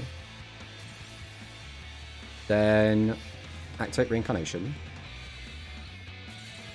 Alright, we hit the right one anyway, but we could have just made another Rex. Still had enough attack to win the game. GG's. Who invited you? This some BS. There's a fight breaking out in the chat. There's a fight breaking out. It's controversial. I like Rush, but just a smidge more interaction, like stopping Gaia from popping one of my negate attack. The thing is, there are cards that do that in Rush that don't have to be negates. You just respond to the summon of the monster. So what you're really asking for is like Shiny Shady and Shiny Shady type effects. Not, like, you don't need negates to, like, stop that, right? So Dawn's problem, not a Rush problem. Rush has plenty of non-battle, non-legend traps that deal with summons. Exactly what we were saying. I've not seen a single duel where said traps have dealt with an actual threatening board.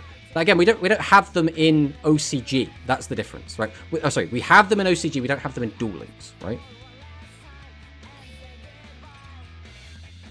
Equip animation. What a joke. Stop loving Rush, Konami. In my opinion, Kim Friend is that meme where it's like, stop having fun! Ah! And every time I think of that, I'm just like, yeah, you keep going, Kim Friend. You do what you want to do. Hey man, it's a whole 300 attack. Got to give a spotlight it deserves. True. Equip animation's pretty fire though. It is. To be fair, it is. It really is. I hate fun from clowns. What does that even mean? What does that actually mean? Like, I think most people in this chat would agree who the clown is. And it's me. All problems in Rush duels are solved by adding 3 Shiny Shady. No, because then Shiny Shady becomes the problem. So it doesn't solve the issue, but Shiny Shady is a very easy, well-known example to point at a card and say this would stop the problem we have right now. But again, Shiny Shady on its own is not infallible, right? Alright, we summon Raptor. Activate Raptor. We've got some nice cards in the graveyard, so we'll take those. We'll summon. We'll go ahead and tribute 2. So this is just actually dragons. So we are probably just going to die here because this hand we have to go aggressive with. Which is not ideal against dragons. You don't really want to go aggressive against dragons. Ooh. If we use our skill, he gets double search. Or not if we use the skill, if we equip the equip spell. Do we not equip? Is equipping the wrong decision? Alright, we're probably going to die anyway because it's dragons, but I actually think only giving him a single search might in some world keep us alive. So we're going to forego the extra little bit of damage we could have got there, and we'll see what he does. Having fun? How dare you? Put fun on the ban list. Limit 3 fun. Because then you can't play it in any deck. Tomato, real talk, when you playing cleaning deck. When the whole cleaning deck is out, I will play it. But I'm not playing it without Clean Skatir. At that point, it's just Colonel Mop.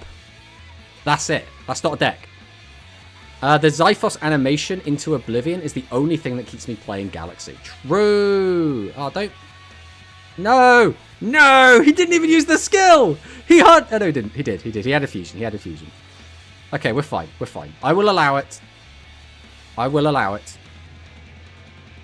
But how will you beat my 2 back row? One of them which you know is an equip spell. So we're 2,500 away from just death. Right, now we are...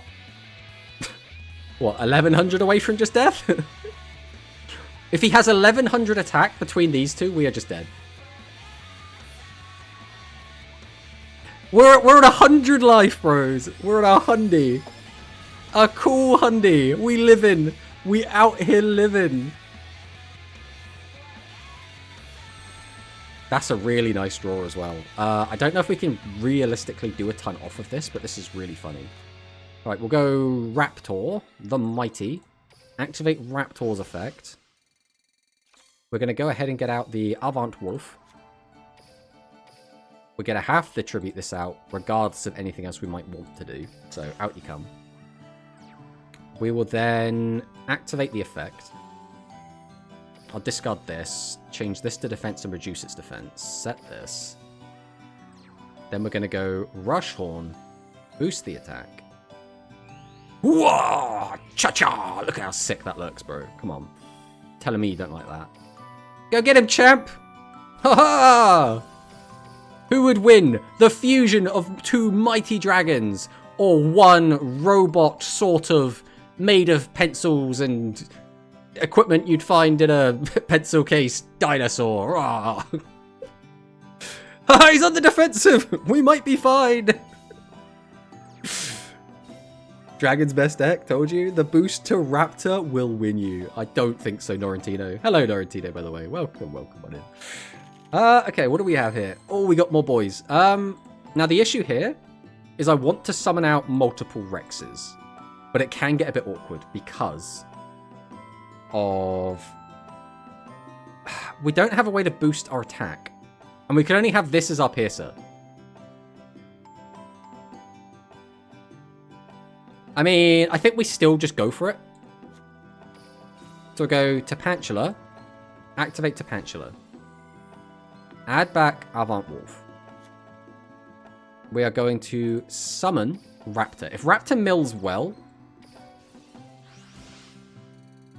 Raptor! Raptor bros! Raptor burn! That's all we needed to close the gap. Alright, we'll summon... We'll go ahead and activate Rex. We'll put back a Rex, and we'll put back, I don't know, you and you. 1, 2, 3. We'll pop this. Then I'm going to summon out Leo. Oh, no, this is fine. We just need to make sure we do this very deliberately. So we'll tribute this and this. Summon out this. Then I can activate Leo's effect. I'll give you back this. And I'll add back Rex. I'll activate Rex. And we'll put back one... these three. Then we'll pop this. Then I'll summon out Avant Wolf. Tribute 1. Tribute 2. Summon out Rex. Activate Rex. 1, 2, 3. Pop this. Yeah, that's right. What you gonna do? What you gonna do about it? Join tech, press rush, let's go. Rush Horn back. Activate Rush Horn. Equip onto Rex. Go to battle. Swing with piercing. Ah! That is like the most interesting thing this deck will ever do, by the way. I'm saving that replay. I don't know if we're going to bother making a video out of this. We really just do not have many replays to go with, but that was at least an exciting turn, if nothing else, right? Can't Raptor boost to like 3.3k? Surely that will change the deal. How are you getting wrapped to 3.3k? Up to 98. Take my Hundy Gems. Ah yes, 0 defense against piercing. Dragon players, man. A dragon player. Get Heavy Storm, baby. True. The right spell trap is his negate for sure. But the right one is the one we put there. The equip animation is actually hilarious. I really like the equip animation. Alright. He's on an 8 streak. Oh, Christ, it's Gaia. We are so cooked, bros. I don't know how we beat this. And we're going second, and our hand sucks. I mean, I think we just set everything, right? Like, what else can we do? If we summon this out, we have less bodies. But if he has piercing anyway, it doesn't matter. Right, we're going to see what he does here. We're going to see what he does here. The equip animation is just the anime one. I mean, all the animations are just the anime ones. Is that Dragon Champion mode? And Dragon Champion mode? And Sifildra? Is that Gaia the Fierce Knight? Is that Chivalrous Celerity? Is that the Curse of Dragon? Hey, where are we actually going with this? Are we going to actually make a fusion? Grabs Polly. Grabs Curse. If he makes Swift, I will probably negate attack it.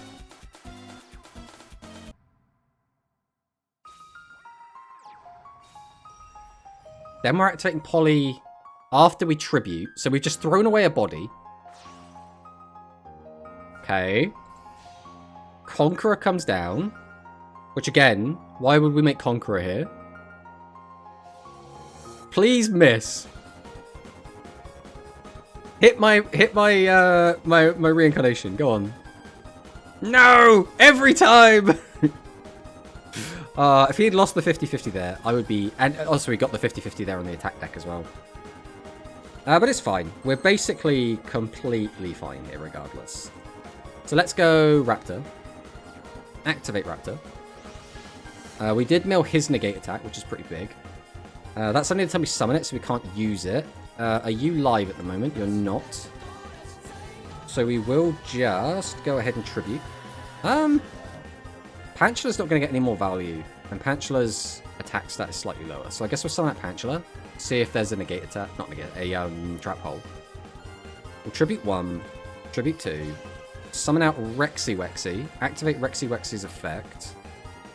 We'll go ahead and put 1, 2...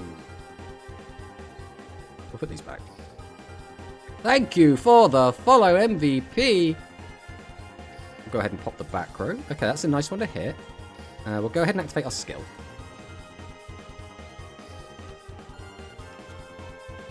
I've just realised as well that we probably should have played this a little bit differently, because now we're going to have a card stuck on our hand, and we had the actor that we could have just used back.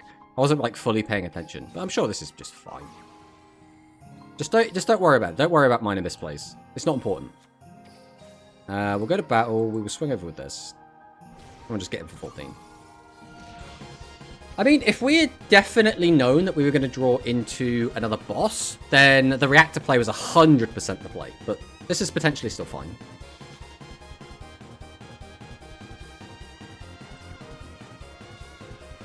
Maybe I just hate fun. It's okay, you can hate fun, that's fine. Look at all the reactors. We don't have a boss, unfortunately, because I would like to get this Rex into the graveyard and then bring it back with reincarnation. As is, it's a little bit awkward. So I think what we'll do instead is probably just drop Raptor and do nothing else. Get milled, nerd. Hold. Reincarnation.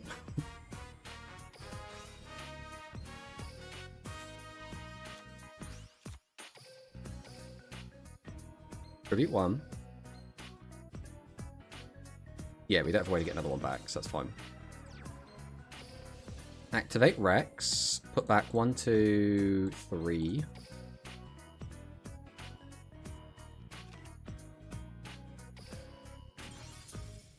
I'll tell you, let's risk it for a biscuit. We'll go Reactor. Reactor could get us a decent like spell trap, or it could get us another body.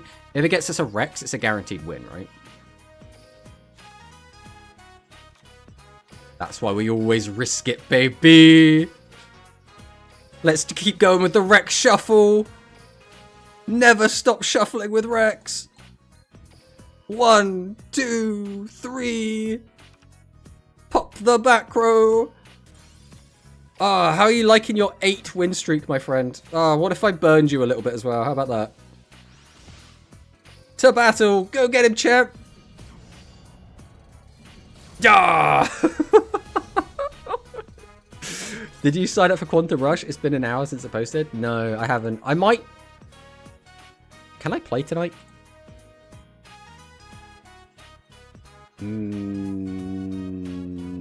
I'll sign up either way. And then if I don't play, it doesn't matter, right? Because I just won't play. But I should sign up either way. Our power max! And we got there, by the way, entirely playing garbage decks, which is so good, right? I'm so happy we got here playing nothing but Sea Serpent and this. So I am very amused that that is something we managed to do. 8 win streak, don't care. It's at 9 because it's earlier. Yeah, the issue is my evenings lately have been quite packed, I suppose. They've been quite busy, so I'll go ahead and chuck it in to the chat, though, in case anyone else wants to sign up as well that isn't on the Discord. We've got these. Quantum Rush 56 happening in... It starts in what, like 5 hours? About 5 hours? Join Tech Rex sure looks like an interesting boss monster to play multiples of. I bet you he runs 3 in the anime. Right. Every card in the anime is a 1 of. What are you talking about? I mean, it's a really cool boss monster in general. Especially if you can, like, keep plussing and keep, like, recycling it. It's just really, really good. I mean, as you got to see, like, Tinosaurus is cool, but, like, Rex is, like, the real MVP. But, we are going to call it there because it's only 10 minutes till we would be ending anyway. This seems like a really good place to end since we have hit our power max. I don't really think there was going to be much more going on, but, you know, except the Luke who runs loads of the Dragius. I mean, that's very deliberate, though, right? Because that's, like, his deck. And the Cyber guy. Again, the whole point of that deck is you make lots of like copies and you get multiple copies out. Hey, they run 3 of the 1500 vanillas. I don't even know if they do. Like, they probably do, but I struggle to think. Like, half the time I think of them just throwing out tribute fodder. I'm like, yeah, Dragon Bat, Draco the Tiny. I'm like, yeah. But that is going to be it for us for today. We will be back again on Sunday. I'm probably going to, on Sunday, be playing Capsule Monsters, realistically. We might do a little bit of ladder, but I'm not super worried about, like, topping in GRF. And I have been really wanting to play more Capsule Monsters. So if on Sunday you're grinding ladder and you want to just listen to me yap and play some Capsule Monsters, that's probably what's going to be on the agenda.